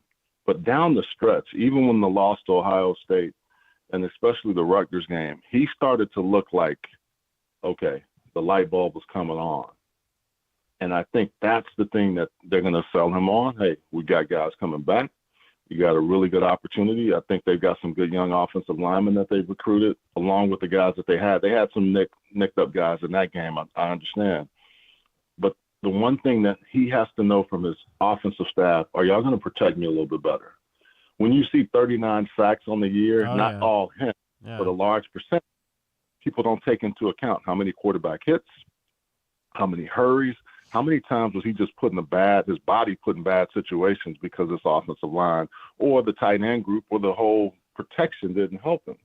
So I think those are the things he's going to consider. And if he was my son, I'd say, look at all those and weigh, do you really – because I think he's having a great experience in college. And that's the other thing. You can't get that back. So if you want that, do everything you can to get yourself ready. Get the Lloyds of London policy, whatever it's called now, whatever it used to be. Right. Go out and play, and then just go out and play. And I think if he does that, and I'm sure Dan Enos and Mike Locksley are going to, try to walk him through that. They want him to stay, but they're also going to be like, hey, these are the things that we're hearing, and we're going to give you all that information. And having an older brother in the league also helps because you can then seek counsel from Tua. And I think that's the thing. My big part would be if you want the college experience and you think your draft status has any potential to go, stay. But if you think this is where you have to be and you want to get out of here, then you might have to leave. Charles, before I let you go, if you could, just what you've seen of what Mike Locksley has done in these years at Maryland, and obviously the pandemic hit everybody, but the way that they've stabilized, they've shown some progress. Do you feel like they are capable of inching closer to being more competitive? It's just so daunting, right, what they're up against. I mean, this is the blue bloods of college football that we're talking about. Do you see signs that they could be moving in that direction, or are you still skeptical that they're going to be more than a team that can win maybe 7-8 games in their best season, and that's just the reality of what they're up against? Man, I'm cautiously optimistic for Mike. Here's one reason why: his crew, they can recruit. Now that was never an issue, right? The problem had always been, can they coach the recruits that they get? Can they develop those guys? And the one thing that I thought was really interesting, and I hadn't heard many people doing this. We used to do something similar when I was at UCLA for bowl prep, but it wasn't quite like this. He said they reinstalled the first 4 to 5 days of training camp, and it helped the guys on the offense to marinate and really learn. Because think about this. Some of the young guys that were going to play have been playing scout teams, so they haven't had a chance to really be themselves. And I thought that was really interesting. And those are insightful things that I think he's picked up from being with Nick and some of the Ralph Friedgen things that he likes to proclaim. Yeah. If they can keep those folks in the DMV and not let them get to Penn State, not let them get out to, all the other schools that come and recruit that area, I think they've got a chance. I'm cautiously optimistic because I saw some things that I hadn't seen from them in bowl season, and I hadn't seen from them consistently over the last few years. But their fight, especially down the stretch, after the Penn State loss, to come out and still play competitive against Ohio State, challenge Ohio State, that to me was a good sign. And I think that's the only thing you can look at. And then to come out and win a bowl game where you have a team on the other side that was pissed that UCLA didn't let them get their 10th win the year before, and you knew they were coming to play, and they were in their home stadium basically. I thought, or home state in particular, I thought that is a good sign for folks up in Maryland. And then being able, so I agree. Look, again, I'm not trying to be too grandiose in the commentary and to suggest that I just think it's still largely positive, and they're still kind of largely going in the right direction. And I think they deserve a little bit more of a buy-in from the fan base, given how difficult it is to break through in this league. And I think cautiously optimistic is a really good way of putting it, Charles. I feel a lot of those things. Charles Arbuckle, go ahead. I think the last minute surge that they got to on signing day, those are good. Whenever you get that kind of shows you, even though you lose guys, I think to be able to do that consistently, that gives you a chance to at least be in it. Charles, is there anything that we can plug for you, sir? No, man, I'm just, it's good to get to the end of the bowl season. I'm just out here. I got my podcast that I do now. I'll ramp that up a little bit, chopping it up with Buck, which is you can find it on almost any platform. It's just a way for me to get with guys. It started during COVID, but it's kind of extended now, just being able to get with guys and have long-form conversations as opposed to 10 or 15-minute sound bites. That's great. At Charles Arbuckle on Twitter, as well as how you follow him. Charles, really appreciate it. I know it's a tough day for everybody in the football world, but appreciate you coming on with us and giving your perspective. Happy New Year, my friend. We'll talk again soon, all right? All right, take care. Charles Arbuckle with us here on GCR. My column about Maryland football is up today at PressBoxOnline.com. My opinion, I don't want to give everything away, but my opinion is that they deserve a little bit more. Even from some of the more skeptical, there's always a percentage of a fan base that is going to be invested no matter what. I think as much as you'd like to see Maryland win a game against a true blue blood to really buy in, I think they deserve a bit more buy-in from the casual fan in the area. I think there should be more of an acknowledgement of the steps forward they've taken. It's very difficult. Then they got to prove that it's sustainable. I mean, they got to prove that it's not just about, having a quarterback and that if at some point Talia Tagovailoa is gone, they're going to take 3 steps back. I think it's a give and take thing. I think that they've earned more buy-in from the fan base, the casual fan base that exists. I think they still have to prove that they can continue to. I'll make the comparison. I'm giving away. I'm doing the bit where I just give away the column. After the first 3 years of Ralph Friedgen's tenure at Maryland, Maryland had won an ACC championship, a Gator Bowl against West Virginia, a Peach Bowl against Tennessee. And so in the next 2 years, when they won 5 games in each of the next 2 seasons, there was more grace afforded to Ralph Friedgen because he had banked more over those first 3 years. Now, in hindsight, he inherited better players. Mike Locksley hasn't done that, and he was in the ACC, not the Big Ten. Mike Locksley hasn't done that, right? So if they turn around and win 5 games each of the next 2 years, there's not going to be the same grace afforded to Mike Locksley. They still have to keep moving in that right path. But I just think that there should be an acknowledgement of, well, maybe this wasn't a wildly successful season. There was success. They took steps forward. I think there should be a bit more of a buy-in in general from the casual fan in the area. I write about that today at PressBoxOnline.com. All right. Today's show is also brought to you by your local Toyota dealer and buyatoyota.com. The Toyota Tacoma comes in a range of models and trim lines, so you can choose the perfect Tacoma to reflect your unique personality and driving habits. Check out buyatoyota.com for deals on new Tacomas from your local Toyota dealer today. Matt Torper, thank you for checking in. Matt yesterday brought up the wide receiver position is the end-all, be-all for the Ravens. Like, whatever other conversations you want to have, the wide receiver position. And I don't inherently disagree with that. I still think that they're going to ultimately change offense coordinators. I think a lot of people there was a lot of reaction yesterday. Of course, again, in comparison to what's going on in football, there's no real reason to spend a lot of time talking about John Harbaugh's press conference. But the comments that he made about Gus Edwards and saying he should have played more, and everybody saying, right, you're the coach. Why are you telling me a day later that he should have played more instead of in the immediacy saying he should be playing more? And it's a fair question. I'm not as worked up about it because, as I said, I don't think that was a Gus Edwards game on Sunday night. I think the Steelers showed you weren't running in the middle of the field. Now, does that mean they couldn't have done more of it? Not at all. I mean, they definitely could have kept trying, but I don't think that was what was missing. I think, honestly, it came down to they just got beat. me personally, you can have whatever opinion you want to have. But what I saw was they were getting blown off the ball. And what we learned about how seriously Pittsburgh took this week and it being in pads on Friday, it seemed like it paid off up front on both sides of the ball. So could they have done more, Gus Edwards? Sure. Is it fair to ask if John Harbaugh, in hindsight, thinks there should have been more Gus Edwards, why he didn't in the immediacy say there should be more Gus Edwards? All fair things.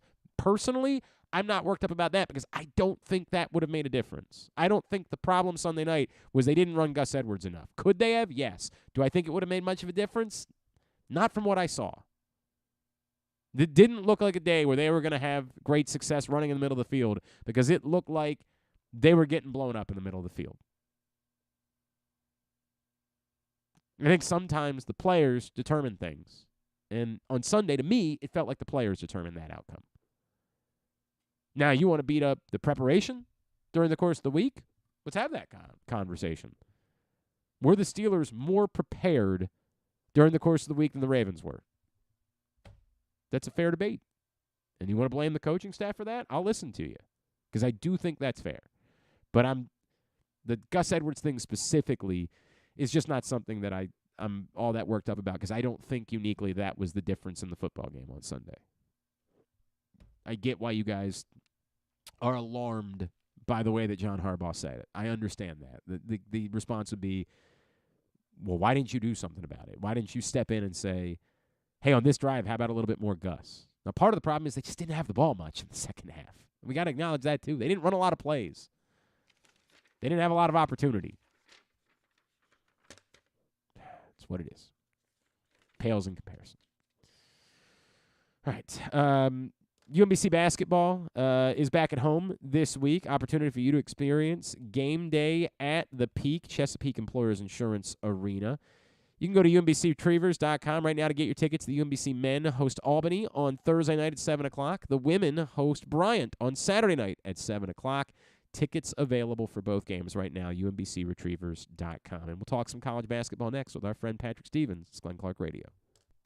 The latest edition of Press Box is available now, and it's our annual Best Of issue. On the cover, we recognize Orioles catcher Adley Rutschman as our 2022 Mo Gabba Sports Person of the Year, and he sits down with us to discuss how his arrival in Baltimore was simultaneous with the Birds' turnaround. Also inside, we recognize the top people, performances, and moments of the year throughout the local sports scene. Press Box is available for free at over 500 area locations, including 60 Royal Farm stores, and you can always find the entire edition as well as the best daily coverage of the Orioles, Ravens, and Terps at PressBoxOnline.com.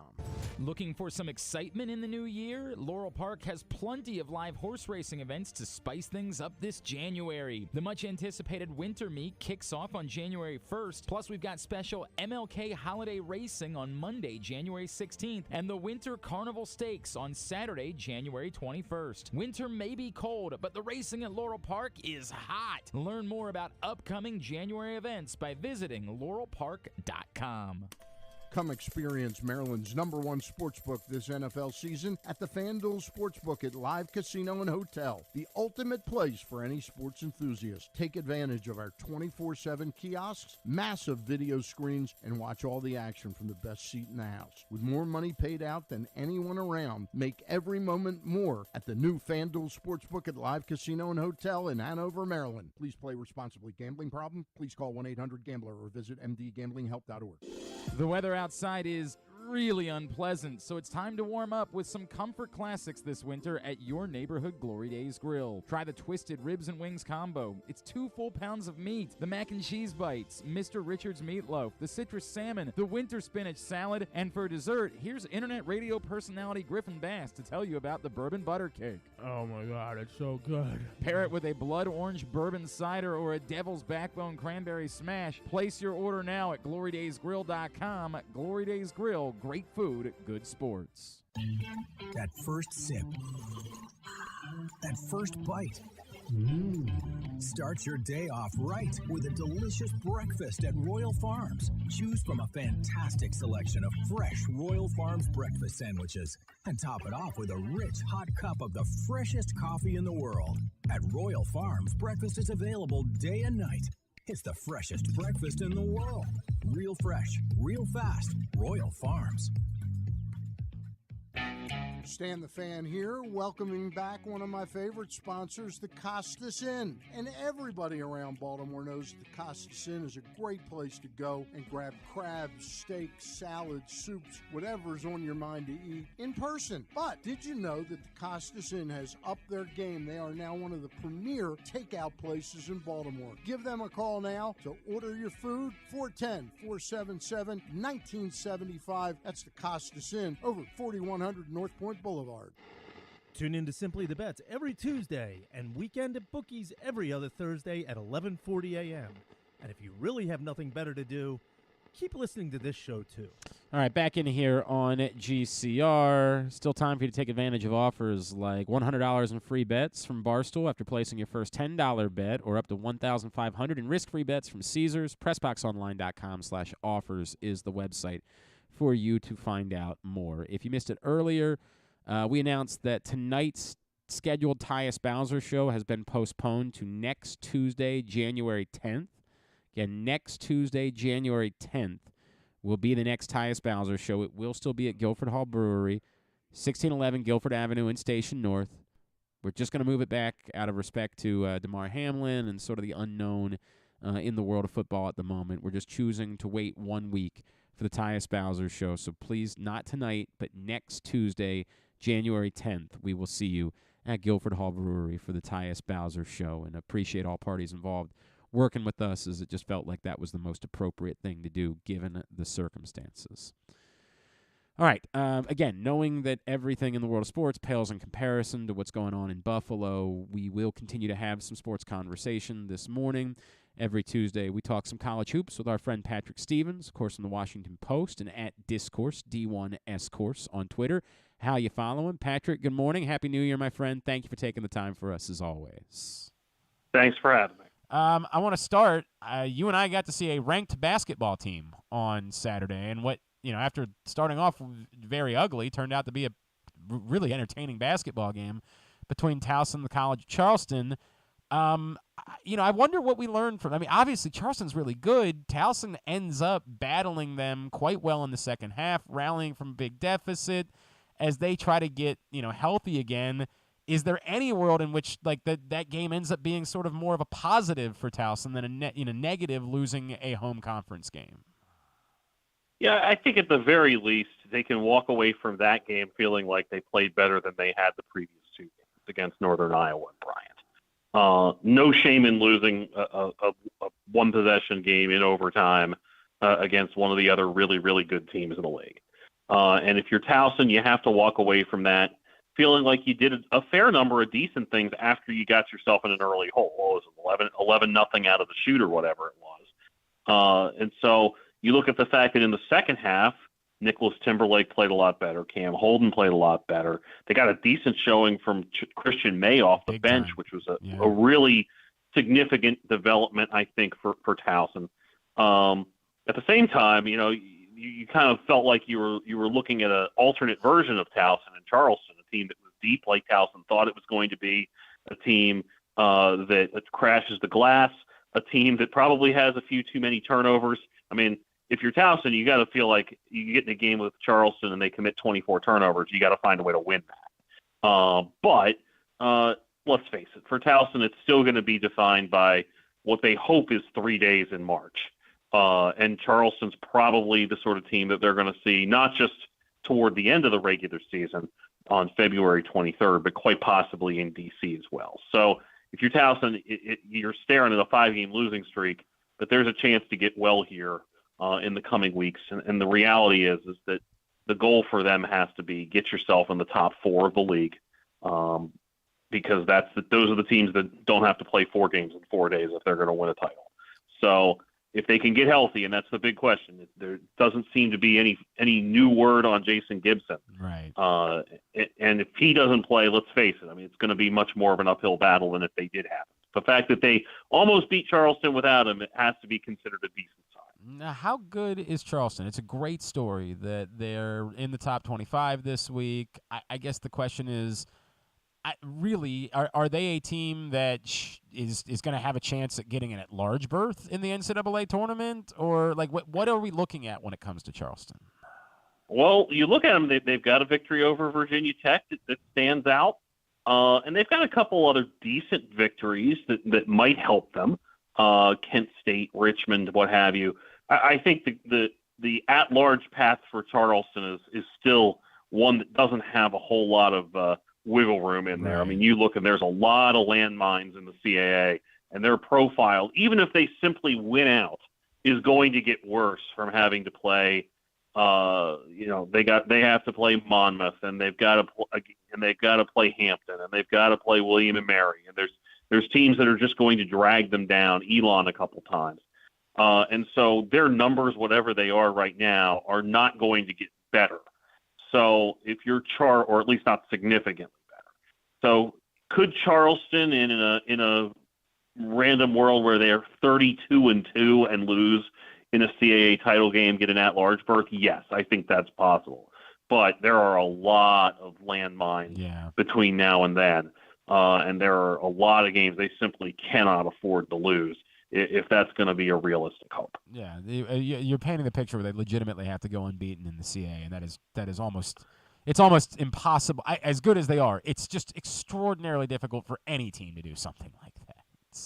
It's hard to go undefeated, and it's hard to go winless in a league. So I think when you stare at them, you could point to a handful of games, and the one the other day was one of them where you go, well, you could probably get away with that. Like they could get away, for example, with losing at UNC Wilmington. But there's a lot of games on there where you're just like that. That's not one that's going to be looked upon very favorably. It kind of reminds me of Monmouth from 7 years ago when they had the victory over UCLA and they beat Notre Dame, and everybody's talking about how great they are. And they go and they lose a couple dud games in the Metro Atlantic and basically had very little chance of getting an at-large at that point, then wound up as a number 1 seed in the NIT. Patrick Stevens is with us here on Glenn Clark Radio. Obviously, Patrick, it was not a good day on Sunday for the University of Maryland, as they just really kind of never showed up in that game against Michigan. You and I talked a lot about how difficult it was going to be for them against teams that have legitimate bigs, and Hunter Dickinson, obviously there's something even more significant there, but he had his way on Sunday. I guess the question becomes how much of this is about that versus how much of it is about Maryland and this thing that you and I have talked about so much with, the continued slow starts and just inconsistency. And at some extent, is this kind of who they are now? It is, and let's be candid about the way that this team is constructed. They don't have a lot of size. Okay, you can work around that, but you have to be able to knock down outside shots. Right. Like that's simply the bottom line. And if you're sitting there and you're staring at you're shooting 31% from three, which as I look at the KenPom page, lists that as 296 nationally. That just isn't going to get it done. I mean, I know everybody was excited about how efficient the offense looked in the early games of the season, and I felt like people got a little carried away with that. Not that they didn't play well against St. Louis and Miami and a few other teams, but this was a team that was probably going to have to follow a similar script to the one that made the tournament 2 years ago, which was defend like crazy and then hope to scratch out victories in that 64-62, 66-61 kind of way against higher-end teams. And I think especially in the Big Ten, that's what they're going to have to do.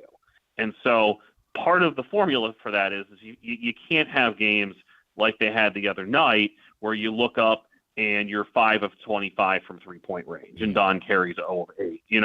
Even going to the UMBC game last week when Don Carey had a breakout game, he was 5 of 7 from the outside.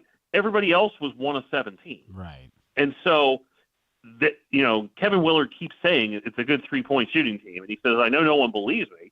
And the reason they don't believe him is because they haven't been a good outside shooting team during games. If that works, if they can make outside shots, they can nullify the fact that they have a height disadvantage against a number of these teams. If they can't do that, they're going to be in a boatload of pain against a number of teams. And just on the horizon, you've got another game against Michigan on the 19th. They go to Purdue. That's not going to be a whole lot of fun, I don't think, against Zach Edey. and Trace Jackson Davis waiting there on January 31st when Indiana comes to town. So, that's among other guys. This is a team that's probably going to struggle even with maybe a little bit the next tier of big guys. So they've got to hit threes, and if they don't hit threes, we're going to be sitting here looking at a team that's 17-14 or 18-13 when all is said and done in the regular season. And by the way, next up for them, all they got to do is go play the team that just beat Purdue on the road on Thursday. A team that's playing really well. Right? Basically, Rutgers got healthy in mid-December after they put up a 43 spot and by the way, loss. Cam Spencer looks like he belongs in the Big Ten. Yeah, there's a great. We should really get it into the juxtaposition of Cam Spencer knocking down a game-winning three on the same day that Loyola fell to 0-2 and had another lackluster showing in the Patriot League. But yes, Cam Spencer has settled in quite nicely for Rutgers, making the transition. Maybe not the same sort of dominant figure that Pat Spencer was on that Northwestern team a few years back, but certainly fitting in and proving very valuable to the Scarlet Knights, who have now won 4 in a row since a loss on December 11th to Seton Hall. Yeah, no question about that. As far as everything else in the local front this week, I know UMBC took it on the chin against Vermont on Sunday. Vermont's really good. It probably remains to be seen, right? Like, we saw a UMBC team once upon a time take it on the chin at home against Vermont and then turn around and figure out a way to beat them in a championship game. And, I don't remember what that team did afterwards, but, it seems like that's just sort of going to be the story moving forward, right? Like that happened, but you're probably going to get another opportunity at some point if you can keep playing well as we had seen them playing in the lead up to last week. Yeah, and Jim Ferry wasn't thrilled with the way that they shared, that they played offense. He didn't feel like they had quite the same zip as they had in their 6-game winning streak before Christmas. I frankly just, like you say, chalk it up to Vermont being really, really good. They got the Bellarmine transfer, Dylan Penn, who basically wouldn't have transferred if it wasn't for the fact that Bellarmine wasn't eligible for the NCAA tournament as part of that transition period. And so he wanted to use his extra year of eligibility someplace. And he basically chose the place that was as good a choice as any to be able to get yourself into an NCAA tournament. And Vermont's, again, really, really good. UMBC has a few more of these, barometer games early in league play. They go to Bryant on Sunday. They go to UMass Lowell on the 18th. And I think those two teams plus UMBC and Vermont are probably going to be the top tier in the America East this season. So we'll have a better idea here in another 2 weeks or so as to exactly how the Retrievers stack up, whether they're sort of the best of the middle of the pack or a more credible contender. But the overall results so far for UMBC suggest they're probably going to be able to score. And they actually did score reasonably well, even if Ferry wasn't particularly happy. 61 points in a game that was in the low 60s is pretty good. It's whether UMBC can tighten up its defense that's going to dictate whether it can actually have that breakout showing down the road. Anything else that was jumping out at you that we needed to discuss this week? Yeah, I did feel like it was worth pointing out that Loyola had a dud of a showing in its conference opener against Colgate. They lost by 34. It's their most lopsided loss since 2004 at home. Most lopsided home loss, I should say. And, they go ahead and they lose by 16 at American yesterday. That's a tough way to start league play against Colgate and against American, who may well be the two best teams in that league.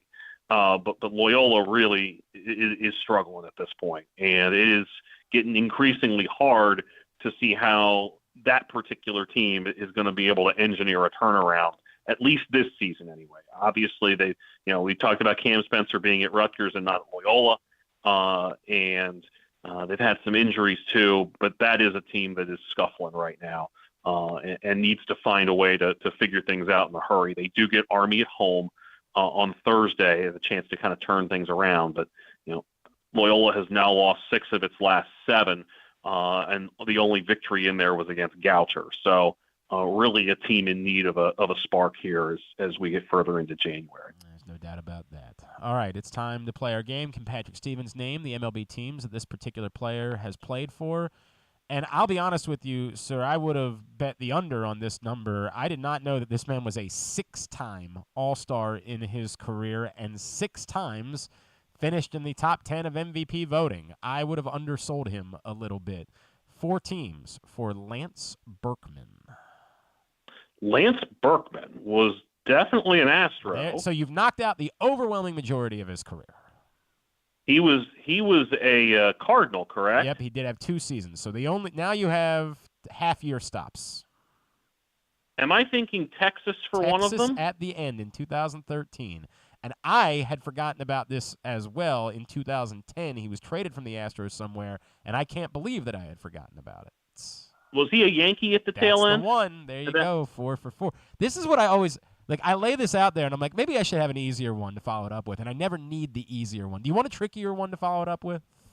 No, let's go with whatever you had planned. All right. The other one that I had planned, a far more modern name for the list, someone that I think a lot of Orioles fans – I'm not counting the team that he signed with this offseason. That will be his 5th team, but 4 teams so far for J.D. Martinez. J.D. Martinez, Houston, Yes. Detroit, Arizona, and Boston. That's correct. And, of course, now an L.A. Dodger for team number 5. Well done, sir. All right, what is on the schedule for you, my friend? Tomorrow, heading down to see Villanova at Georgetown. Georgetown on the cusp of tying the Big East record for most consecutive losses to conference opponents. They've lost 24 in a row and just got skunked by Butler by 29. Heading up to see Maryland and Rutgers on Thursday, Georgia Mason and Loyola Chicago on Saturday, Sunday, Maryland and Ohio State, and then Monday, it's a MEAC Monday, first MEAC Monday, a conference play, South Carolina State and Morgan State. I have yet to see the Bears so far this season. Wow. So that's a team I'm looking forward to getting a look at. Excellent. Of course, Loyola Chicago now. When you say Loyola Chicago, George Mason, it still takes me a second to remember that the Ramblers are in the A-10 at this point. They are now in the A-10, and they lost their A-10 opener to GW the other day. It's James Bishop, the Baltimore product, That's put right. up 40 in that game. Wow. Won A-10 player of the week honors for that. Wow. All right. At Discourse, D1S Course on Twitter is how you follow him. Patrick Stevens, always appreciate you, my friend. Thank you for taking the time. We'll talk again next Tuesday, all right? Awesome, Glenn. Take care. Patrick Stevens joining us here on GCR. Appreciate him taking the time for us as we do try to do a little bit of legitimate sports conversation this morning. When you transition out of football season, and who knows when that's going to be at this point, but it's always a little bit nicer when Maryland basketball matters. So not a good feeling about the possibility of that based on what we saw on Sunday. That made you think that was a mirage, what we were seeing early on in the year. I did get out to the Towson game on Saturday. The kids wanted to go. By the way, you're welcome, Towson fans, because the Tigers are getting their butts kicked. And the kids, not even – once upon a time when I used to hang out with my friends BJ and Chris Appel and watch games at their house, I had the rule that when things weren't going the right way, you would get up and you would switch seats. Just do whatever you could to affect the mojo in some sort of way. My kids – when Towson was getting their butt kicked at halftime, said, why don't we go sit somewhere else? They're brilliant. Why don't we do what we can for the mojo? Now, maybe some of that was also about them wanting to go see what it was like to see they wanted to go to the very top of the building to see what it was like to look down from there. I was like, we have great seats, right? We're in the 8th row, right at the middle of the court. Why are we? That's what they wanted to do. They wanted to go up and see it. And sure enough, as soon as we did that, right back within 4 points. So you're welcome from my children. They were on it. It was a hell of a basketball game on Saturday, as it turns out. It was not a hell of a first half. They played very poorly in the first half. But turned out to be a hell of a basketball game. If you guys weren't watching it, there was quite the controversy at the end of the game. Yeah, so they didn't show that at all. Well, you don't actually get – all you see is him falling – and I don't even remember who it was off the top of my head. Who was it that had wandered over towards the – It was Nick Timberlake. Yes. Had wandered in the direction of the Charleston huddle. There was 2 seconds left, right, in the second half. It was a tie game after Thompson had made 1 or 2 free throws. So he's – I don't because I wasn't paying attention to that. So I don't know. And the broadcast, and I know it was on NBC Sports Washington on Saturday, doesn't have the full interaction either. So I don't know if there's somebody at Towson that's got film of it that could. All it was like when it was live, it was like the refs were talking to, I guess, Coach Scary, and then out of the corner of the that's it. screen, You just see he just him falls. kind of fall over, and then all of us that were at the game are paying attention to it, but we don't know what's happening. And so the question is, did he get pushed down by someone in the Charleston huddle? Yes. Should he have been trying to spy on the Charleston huddle? Of course not. But that doesn't mean you get to push him, shove him down to the ground. I just don't know because I didn't see it, and nobody on Twitter seemed to have seen it. The broadcast didn't show it. So I think what they were speculating is that they said maybe a ref was over there and just might have been trying to get him to back away, and maybe Timberlake just flopped. To try to get a call? To try and get a call or something. And he didn't know the ref touched him. But I don't know. You know what I mean? All of it's speculation because none of us actually saw what happened there. So then they go back to the monitor. It's taking forever. My kids are losing their minds. Like, why are they not playing basketball? And I'm like, all right, settle down. But we had a great day. I mean, it was an awesome day. It was a great game. Charleston is really, really good. I mean, they make your life miserable, and they did indeed move into the top 25 this week. Which, is a neat story of a mid-major getting recognition the way that they are. So that's cool. All right. You know what else is cool? I'll tell you what's cool. The all-new Ginsu Kamado Grill's cool. Use the code TAILGATE. Save $100 when you order your Ginsu Kamado Grill. If you didn't get what you wanted, get yourself a gift. If, you got some socks, some ties, whatever it was that – a lot of times kids just get you something that says dad on it. And you're like, great, thanks. And you have no idea. My children got me a trophy that says world's best dad. God bless them. I'm appreciative of it. I'll put it up somewhere in my house. Definitely not the way that I would prefer them spending their money or their mom's money. Frankly, my own money. Get yourself a gift. You've deserved it. Get yourself a Ginsu Kamado Grill. GinsuGrills.com. It's the perfect ceramic home grill or tailgate for searing, baking, smoking, and grilling all kinds of food. Again, use the code TAILGATE. Save $100 when you do. I feel like there was something else I wanted to say here. I feel like there was... Oh, yes. Again, not important in the grand scheme of life. I understand. But just please, can I ask, if you are an Amazon driver, maybe not a 7 a.m. delivery? Can we maybe, put a moratorium on hours for when packages can be delivered? Like, maybe 8 o'clock be the earliest that we're delivering packages, unless someone specifically requests that a package be delivered.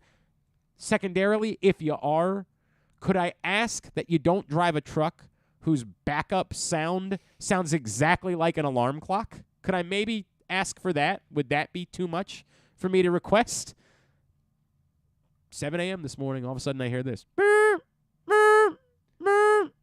I don't know how everybody else is handling this. We, of course, a couple of weeks ago when it was goddamn Antarctica, turned on the heat in our house. And then, of course, we didn't need that any longer. So it was hot as you-know-what inside the Clark house.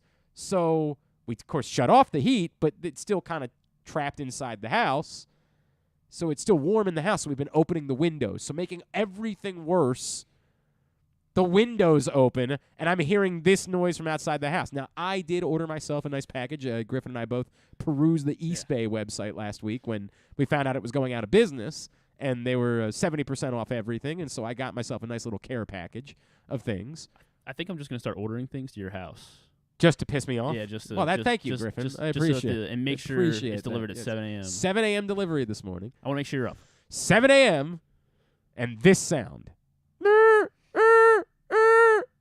I'm like, my alarm! F! By the way, I decided to back up the real alarm at that point. Because I know how this goes. I'm not going to get back to sleep quickly. So I looked at it and I was like, my alarm was set for whatever time it was set, 8:20 or something like that. I'm like, I'm going to go ahead and back that up to 8:45. This is going to be one of those days where I just got to get out of the house quickly. That's the way that's going to go. All right, we'll come back in. We'll get a tidbit and two-bit or wind down for again, no Simply the Bets this week, just, given everything going on. We'll plan to do Weekend at Bookies on Thursday and return to Simply the Bets next Tuesday. So just for those of you that maybe are wondering if we're planning, nope, not this week. So we'll come back in. Tidbit, two-bit to wrap it up. Glenn Clark Radio. Gambling can be a fun and entertaining experience, but there are risks involved.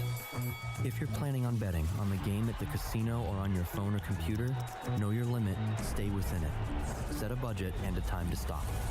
Remember, gambling isn't a financial solution, and it doesn't mix well with alcohol or drugs. Know the risks and have a plan before you begin gambling. For free and confidential services, call 1-800-GAMBLER 24/7 or go to helpmygamblingproblem.org. That first sip. That first bite. Start your day off right with a delicious breakfast at Royal Farms. Choose from a fantastic selection of fresh Royal Farms breakfast sandwiches and top it off with a rich hot cup of the freshest coffee in the world.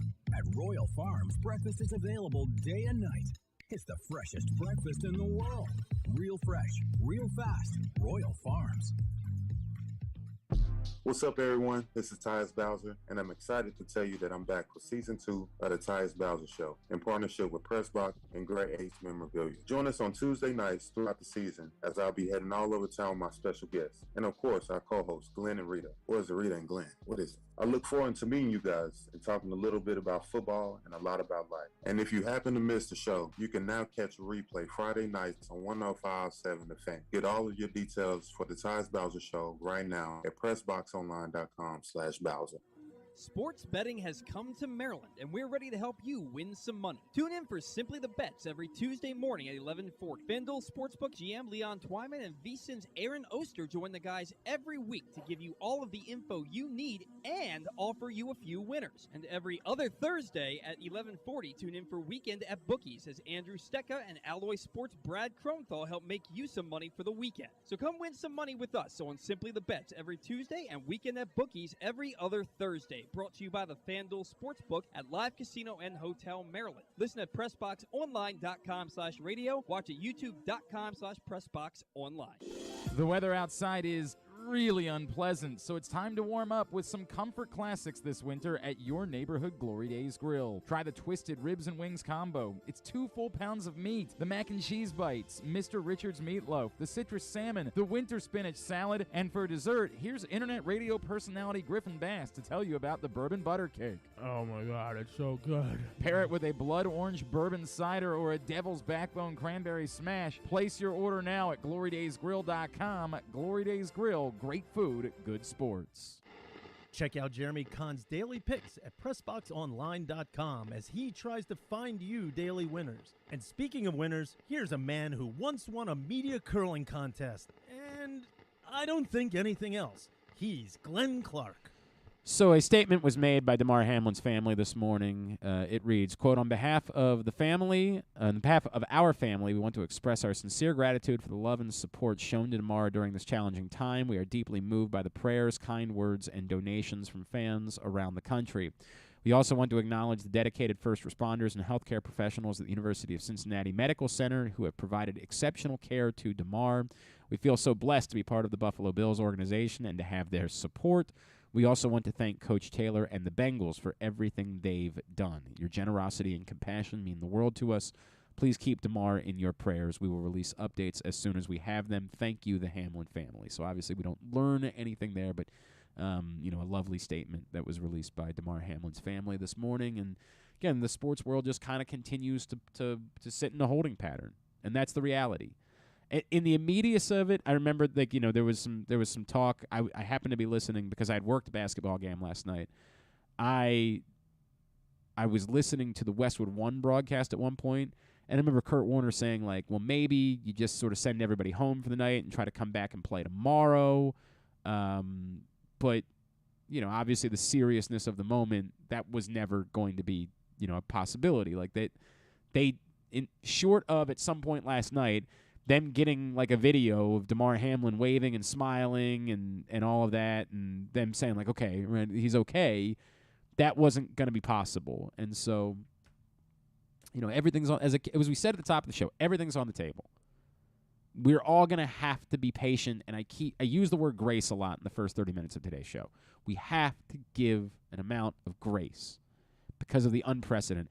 This is going to be I think we need to be willing to give grace to people that we think have misstepped. The only group of people I'm not going to give grace to is the vaccine F jobs. F all of them. You're scum. Everybody else, I think it was a bad night on Twitter. And not just for Skip Bayless. I think it was a bad night for a lot of you on Twitter. I think it was a bad night for people that think that they could do the NFL's job better than they could. Like, I think there's a lot of people. If the NFL's lying about, them saying, well, we never told them they had 5 minutes to get ready to play the game. If they're lying about that, that's chicken S, and it's what it is. But I don't know that, and none of us know that. We're all speculating, and we're all using our biases. And I would just continue to ask for grace. And you know what? I read the tweet. I don't follow Skip Bayless. Skip Bayless is nothing to me. But I read the tweet that you're all mad about, and I can read it in another way where I understand what he's saying and where he's not a monster. I can read it in a tone where I could see where he's actually saying, hey, this game is really important, but how do you play it? Like, I can read it in a tone where I can make it seem like you didn't need to tweet that, but a lot of people had bad tweets last night. I get that that's a charitable read of it. A different read is, dude, you're just a monster. But I'm willing to afford grace to a lot of people because of we keep using the word unprecedented nature of this. And we all, I think, need to be willing to use grace. Worry less about our fantasy football leagues, worry less about, we can solve these problems as adults. By the way, I think John Proctor doesn't realize that Carson, I think he still thinks that he could end up having to be the one that loses the bet for the week because he didn't know what Carson's picks were. Proctor, you were actually safe, which bothers me greatly, but you were actually safe. We can all solve these things. We can all figure it out. Every single one of us. I just said to Griffin a second ago, I'm starting to think about, I've got a family trip to Disney World planned in a couple weekends. I'll figure it out. I mean, I'm still going to go. Let me make that abundantly clear. But I actually purposely bought a flight, knowing that could be a playoff game that week, and I purposely bought a flight that I can move to a different time that day. So if the Ravens and Bengals get backed up by a week and they play the following Sunday, I can have my family fly down in the morning, and I can join them at night at Disney World, and all's good. I can pull it off and make it work, and I can do the post game, or I can tell 105.7, sorry, I can't do the post game. Maybe it'll be the Griffin and Rita show on 105.7 The Fan. I'm gonna guess probably not, but me, who knows? I can run a post game. I don't know where you are on the list. I don't think that'll be the case, but who knows? Well, your word carries. What's that? Yeah, that's right. If I say you're the guy, it's gonna be Griffin. I don't think it works that way, unfortunately, over there. I don't think that's the case. But we'll all figure it out. We'll all make it work, and we all understand that human life is far more important. And I just keep continuing. Please continue to use grace as the NFL and the parties involved sort this out. And it might be difficult for a lot of people, and you might end up being put out by. I do think about those things, right? What if there are Ravens fans who have flights for Cincinnati and didn't book a refundable flight? You got to figure out what you're going to do with that. Presumably, you booked it one where you can just move, you can transfer it. And the NFL will want to get ahead of that. They don't want to make these decisions on Saturday. They want to make some sort of decision, but it might be that at some point this week, without knowing the full extent of what's going on with Damar Hamlin, they're forced to just say, look, the season is temporarily suspended until we know. There's going to be a lot that, they are in uncharted waters at the moment. And there is something unique about, there is one game that still has to be determined from 1 week, and it's not easy. Let me just create an example for the sake of an example, right? If they were to try to say, let's call last night's game a no contest, right? If they were to attempt to do, I know that was the thing that somebody asked me about that Bruce Cunningham had said earlier. You'd have to start thinking about, well, what are the ramifications for that for if the Ravens were to beat the Bengals next week? If they go play that game and the Ravens beat the Bengals, let me do the math on this. Would the Ravens then be ahead of the Bengals in the standings? They're 2 games back right now, right? Or they're a game and a half back right now. Yeah. So they'd be a half game behind in the standings. Yeah. So they'd I mean, I guess there technically be nothing. I guess I guess you just say, hey, that's the way it is, right? Like that's the way it goes. But then you have the debate about the number 1 seed. Like, if the Chiefs were to beat the Raiders.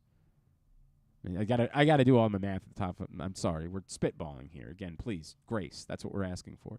So the Chiefs right now are 13-3. The Bills are 12-3. So if the Chiefs beat the Raiders, are the Bills satisfied? Like, if they in 2 days find out Damar Hamlin's going to survive this, he's going to be all right and everything, are they okay with just saying, well, we missed out on the number 1 seed. That's the way it goes?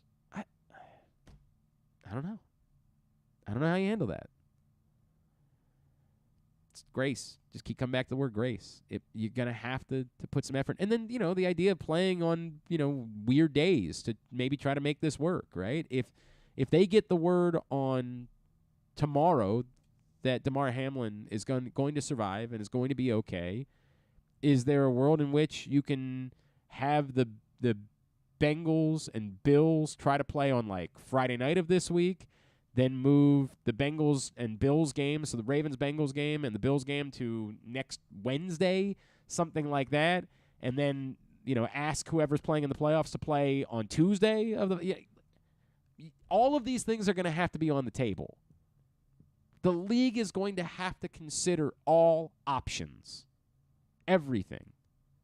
I think right now, most people are going to come around to the idea that the best scenario is just bump the championship games back a week. You've bought yourself a week.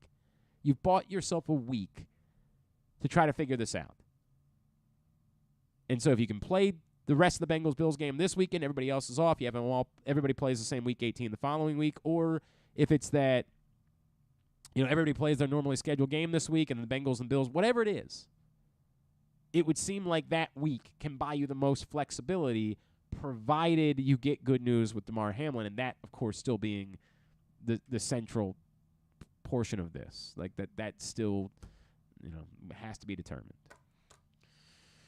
All right, let's do a tidbit. Tidbit is brought to you today by Glory Days Grill, where the Comfort Classic menu is still available right now. The mac and cheese bites. I won't even make you do the thing. If you want to do the thing, Yeah. Is it good? Of course, the bourbon butter cake. Oh my God, it's so good. Oh my God, it's like so the good. NPR version of the thing. The winter spinach salad, the twisted ribs and wings combo, so much more. GloryDaysGrill.com is the website for you to get your order in and stay comfortable this winter with the Comfort Classics menu at Glory Days Grill.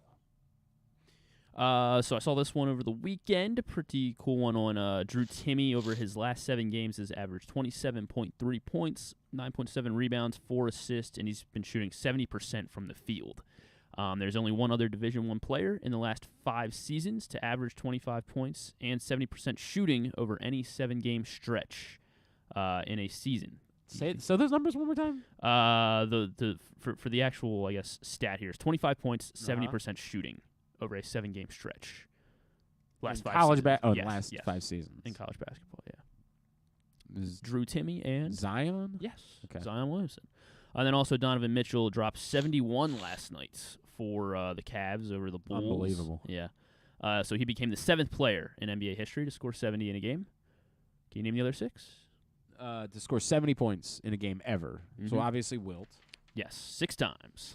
I want to say David Robinson did it once? Yes, he did, 1994. I believe it was literally to clinch a scoring title.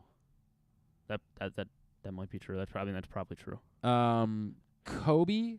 Yes, Kobe did it in 2006 against that's when he dropped 81 against Toronto. Right.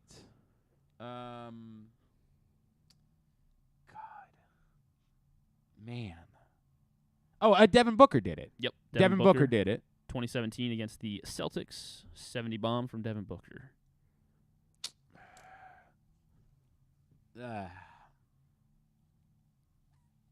I don't know that I'm going to remember who the other, like those I remember. There was one in 1978, one in 1960. Good. Yeah. Good. The one in 1960 you should get. The one in 1960 I should get? Yeah. Why? Because he's been the answer for other Elgin Baylor. Elgin Baylor. Elgin Baylor. Yes. I mean, I would not have gotten that had you not brought that up. Never in a million years would have gotten that. Why? Elgin Baylor's name has come up so frequently. And didn't it start because you didn't know who Elgin Baylor was, and I was pissed off about that? No, I don't think I think I'd heard of the name. You were like, you probably don't even know who he is. I was like, well, I know he's a good basketball player. All right. And then the other He one. played for the Nuggets and the Supersonics. Only played 8 seasons. David Thompson. Oh, I mean, I actually kind of was about to get that. Oh, really? Well, David Thompson was a great player at NC. This is the problem. Again, being as young as you don't. David Thompson was a legend at NC State. Was an icon at NC State. First overall pick. I Yeah, might 1975. have been able to get that. I might have been able to get that. But yeah, David Thompson in 1978 did this. I mean, I said I would have only been able to get that after you told me the teams. Like, I was never going to guess David Thompson. I want to make that abundantly clear. I was never going to originally guess David Thompson. That wasn't going to happen. But I did know that it wasn't Michael Jordan. That's the only thing I knew, is that it wasn't Michael Jordan. I didn't know who it was. And I remember there being a crazy Shaq game as well at one point. Double check on the David Robinson thing. I want to say it was the last game of the regular season, and he clinched. And it might have been that he was going up against Shaq, and that's why I put Shaq into the conversation. I feel like David Robinson clinched a scoring title with a 70-point game, something like that. Maybe you're going to tell me that I'm crazy and that it actually happened in November, and then I don't know what I'm going to do from there. I guess we'll just dance. Let's see. Yeah, what do you got? Hold on, I'm trying to look. All right, I guess I'll handle it. Don't worry, I got it. David Robinson. Yeah, to win the scoring title over Shaq. Thank you. Yes. Bam! Good job. Bam! Good job. Chief officer of knowing things over this part. All right, Tubular, brought to you today by, how about PressBoxOnline.com/offers, where there are great offers constantly available to you as you get signed up for sports betting, or perhaps you signed up with one company and now you're like, well, I could have gotten free money from somebody else. Well, yes, you could have. Like $200 in free bets from DraftKings after placing your first $5 bet, or $1,000 in risk-free bets from BetMGM. PressBoxOnline.com/offers. Here is what's scheduled for tonight, totally tubular-wise. Unfortunately, there's not a whole lot involving local teams. There's not a lot of local interest, totally tubular tonight. None of the local college basketball teams are playing. The Wizards play. They're in Milwaukee to play the Bucks, 8 o'clock on NBC Sports Washington and NBA TV. Capitals at home against the Sabres, 7 o'clock on NBC Sports Washington+. ESPN's got Stars Kings at 10 o'clock. ESPN also has the Under Armour Next All-America football game at 5 o'clock, featuring a couple of Maryland commits. Dylan Gooden, the son of Doc Gooden. Also featuring Nicholas Harbor, who Maryland is still trying to land, the 5-star prospect. A lot of talk about Jim Harbaugh flirting with the NFL again, by the way. A lot of talk about that the last couple of days. Wonder if that impacts recruiting a little bit. What did they say? He likes Carolina? Is that? Oh, is that what he said? I saw that people in report. Denver heavily talking about Jim Harbaugh. Like, that, you got to go with an established. I guess the talk is that they have gone with inexperienced coaches the last couple of times, and they can't do that So again. they want Peyton or Harbaugh, I guess. That's my understanding. The people, look, this could all be conjecture. Who knows? Right. The point is they've got wealthy owners now, extraordinarily wealthy owners now. And the thought being, you can't go the inexperienced route because you have such a disaster on your hands. You need it to be someone established at this point. But if I'm Sean Payton, why am I choosing that mess? Yeah. Like, give me my choice of quarterback, not unless you are so convinced that you see what the problem is in Russell Wilson and you can fix it. I don't know why you're signing up for that. If Jim Harbaugh is just kind of done with the college thing, like, okay, I did that for a little while. I beat Ohio State a couple times so they can love me forever. Now let me go try to do this again. I don't know. Maybe it doesn't matter as much and you just take as much money as you can get. But if you're Sean Payton and you kind of have your choice of where you want to go, I don't know. I just don't know why you end up going to a place where it looks to be a bit of a mess when it comes to the quarterback position. Anyway, the Under Armour football game, 5 o'clock on ESPN. Big Ten hoops tonight, Nebraska, Michigan State at 7, Minnesota, Wisconsin at 9 on Big Ten Network. All the rest of the college basketball you can find at GlennClarkRadio.com. Arsenal and Newcastle United at 2:45 on the USA Network, and WWE NXT tonight at 8 on USA as well. Anything non-sports-wise? A couple things. The late-night shows, they're all coming back this week. So Michelle Obama's going to be on Colbert, and then Kimmel's going to have Seth Rogen and Diego Calva. Seth Rogen plug-in? I don't know. I feel like everyone, I guess because it's award season, I feel like they're having a lot of just, I guess, random stars on to like plug stuff that I guess came out over the last year. Because Ana de Armas is on Fallon, and then Will Trent series premiere on ABC. This guy's a really good detective. You've probably seen the commercials for it. I don't know that I have. And okay. It's probably not going to be good. All right. But it's Will Trent. And then those are the highlights. The finale of Welcome to Chippendales is on Hulu. I imagine I will probably choose to watch Last Chance U this evening just because I haven't had an opportunity to spend some time with it, and I've been looking forward to that. Enjoy it. I finished Letterkenny. I really get pissed off that they only do 6-episode seasons. Like, I'm just getting into it. What the hell? What is that? Why is it only 6 episodes? Give me more! Tell me I don't have to wait till next Christmas for that. And where the hell is Righteous Gemstones? What is going on there? I've been waiting a long time. That and Ted Lasso. What the hell? How long we got to wait? I don't know. Oh, what's coming out tomorrow, though? What? Star Wars, Clone Wars. Bad Batch is new season tomorrow. Cool. I guess tonight at 3 a.m. I will not be joining you there. That's the rat. Although I did tell you that I got into She-Hulk a little bit, right? Yeah. And I enjoyed it. I think the She-Hulk is good. Did you finish it? No, I haven't finished it yet. Maybe I'll finish that tonight. Maybe that's the way I'll spend my Do what you want. It will not be understanding that we have an open night because we're not doing the Tyus Bowser show tonight. Pushed back to next Tuesday. So please come join us next Tuesday at Guilford Hall Brewery, but not tonight. No Tyus Bowser show this evening. Out of respect to everything going on, Damar Hamlin and the NFL, we're going to wait till next week for the Tyus Bowser show. All right, thanks today to everybody at I should thank the sponsors. No, I should thank the guests. That's what I should do. Thanks to Tyler Dunne, who did tell us a little bit more about Damar Hamlin. I really appreciated that. Thanks also to Charles Arbuckle, as well as to Patrick Stevens. We'll get it all up in the greatest hits section of the Oh, my God, it's so good. tab at GlennClarkRadio.com. On the program tomorrow, do we have anything tomorrow? Not at the moment. Okay. I mean, I'm actually going to give Grace. See? I'm going to take my own advice. Grace. We are in an awkward position this week, just with not knowing when the Ravens might play and anything like that. We will figure out an appropriate show to do tomorrow. We figured it out for today. We will figure it out again tomorrow. That's the way that it will go. So that's just the reality of the circumstances, and I guess maybe Drew might come in and join us. I don't know. We'll figure it all out.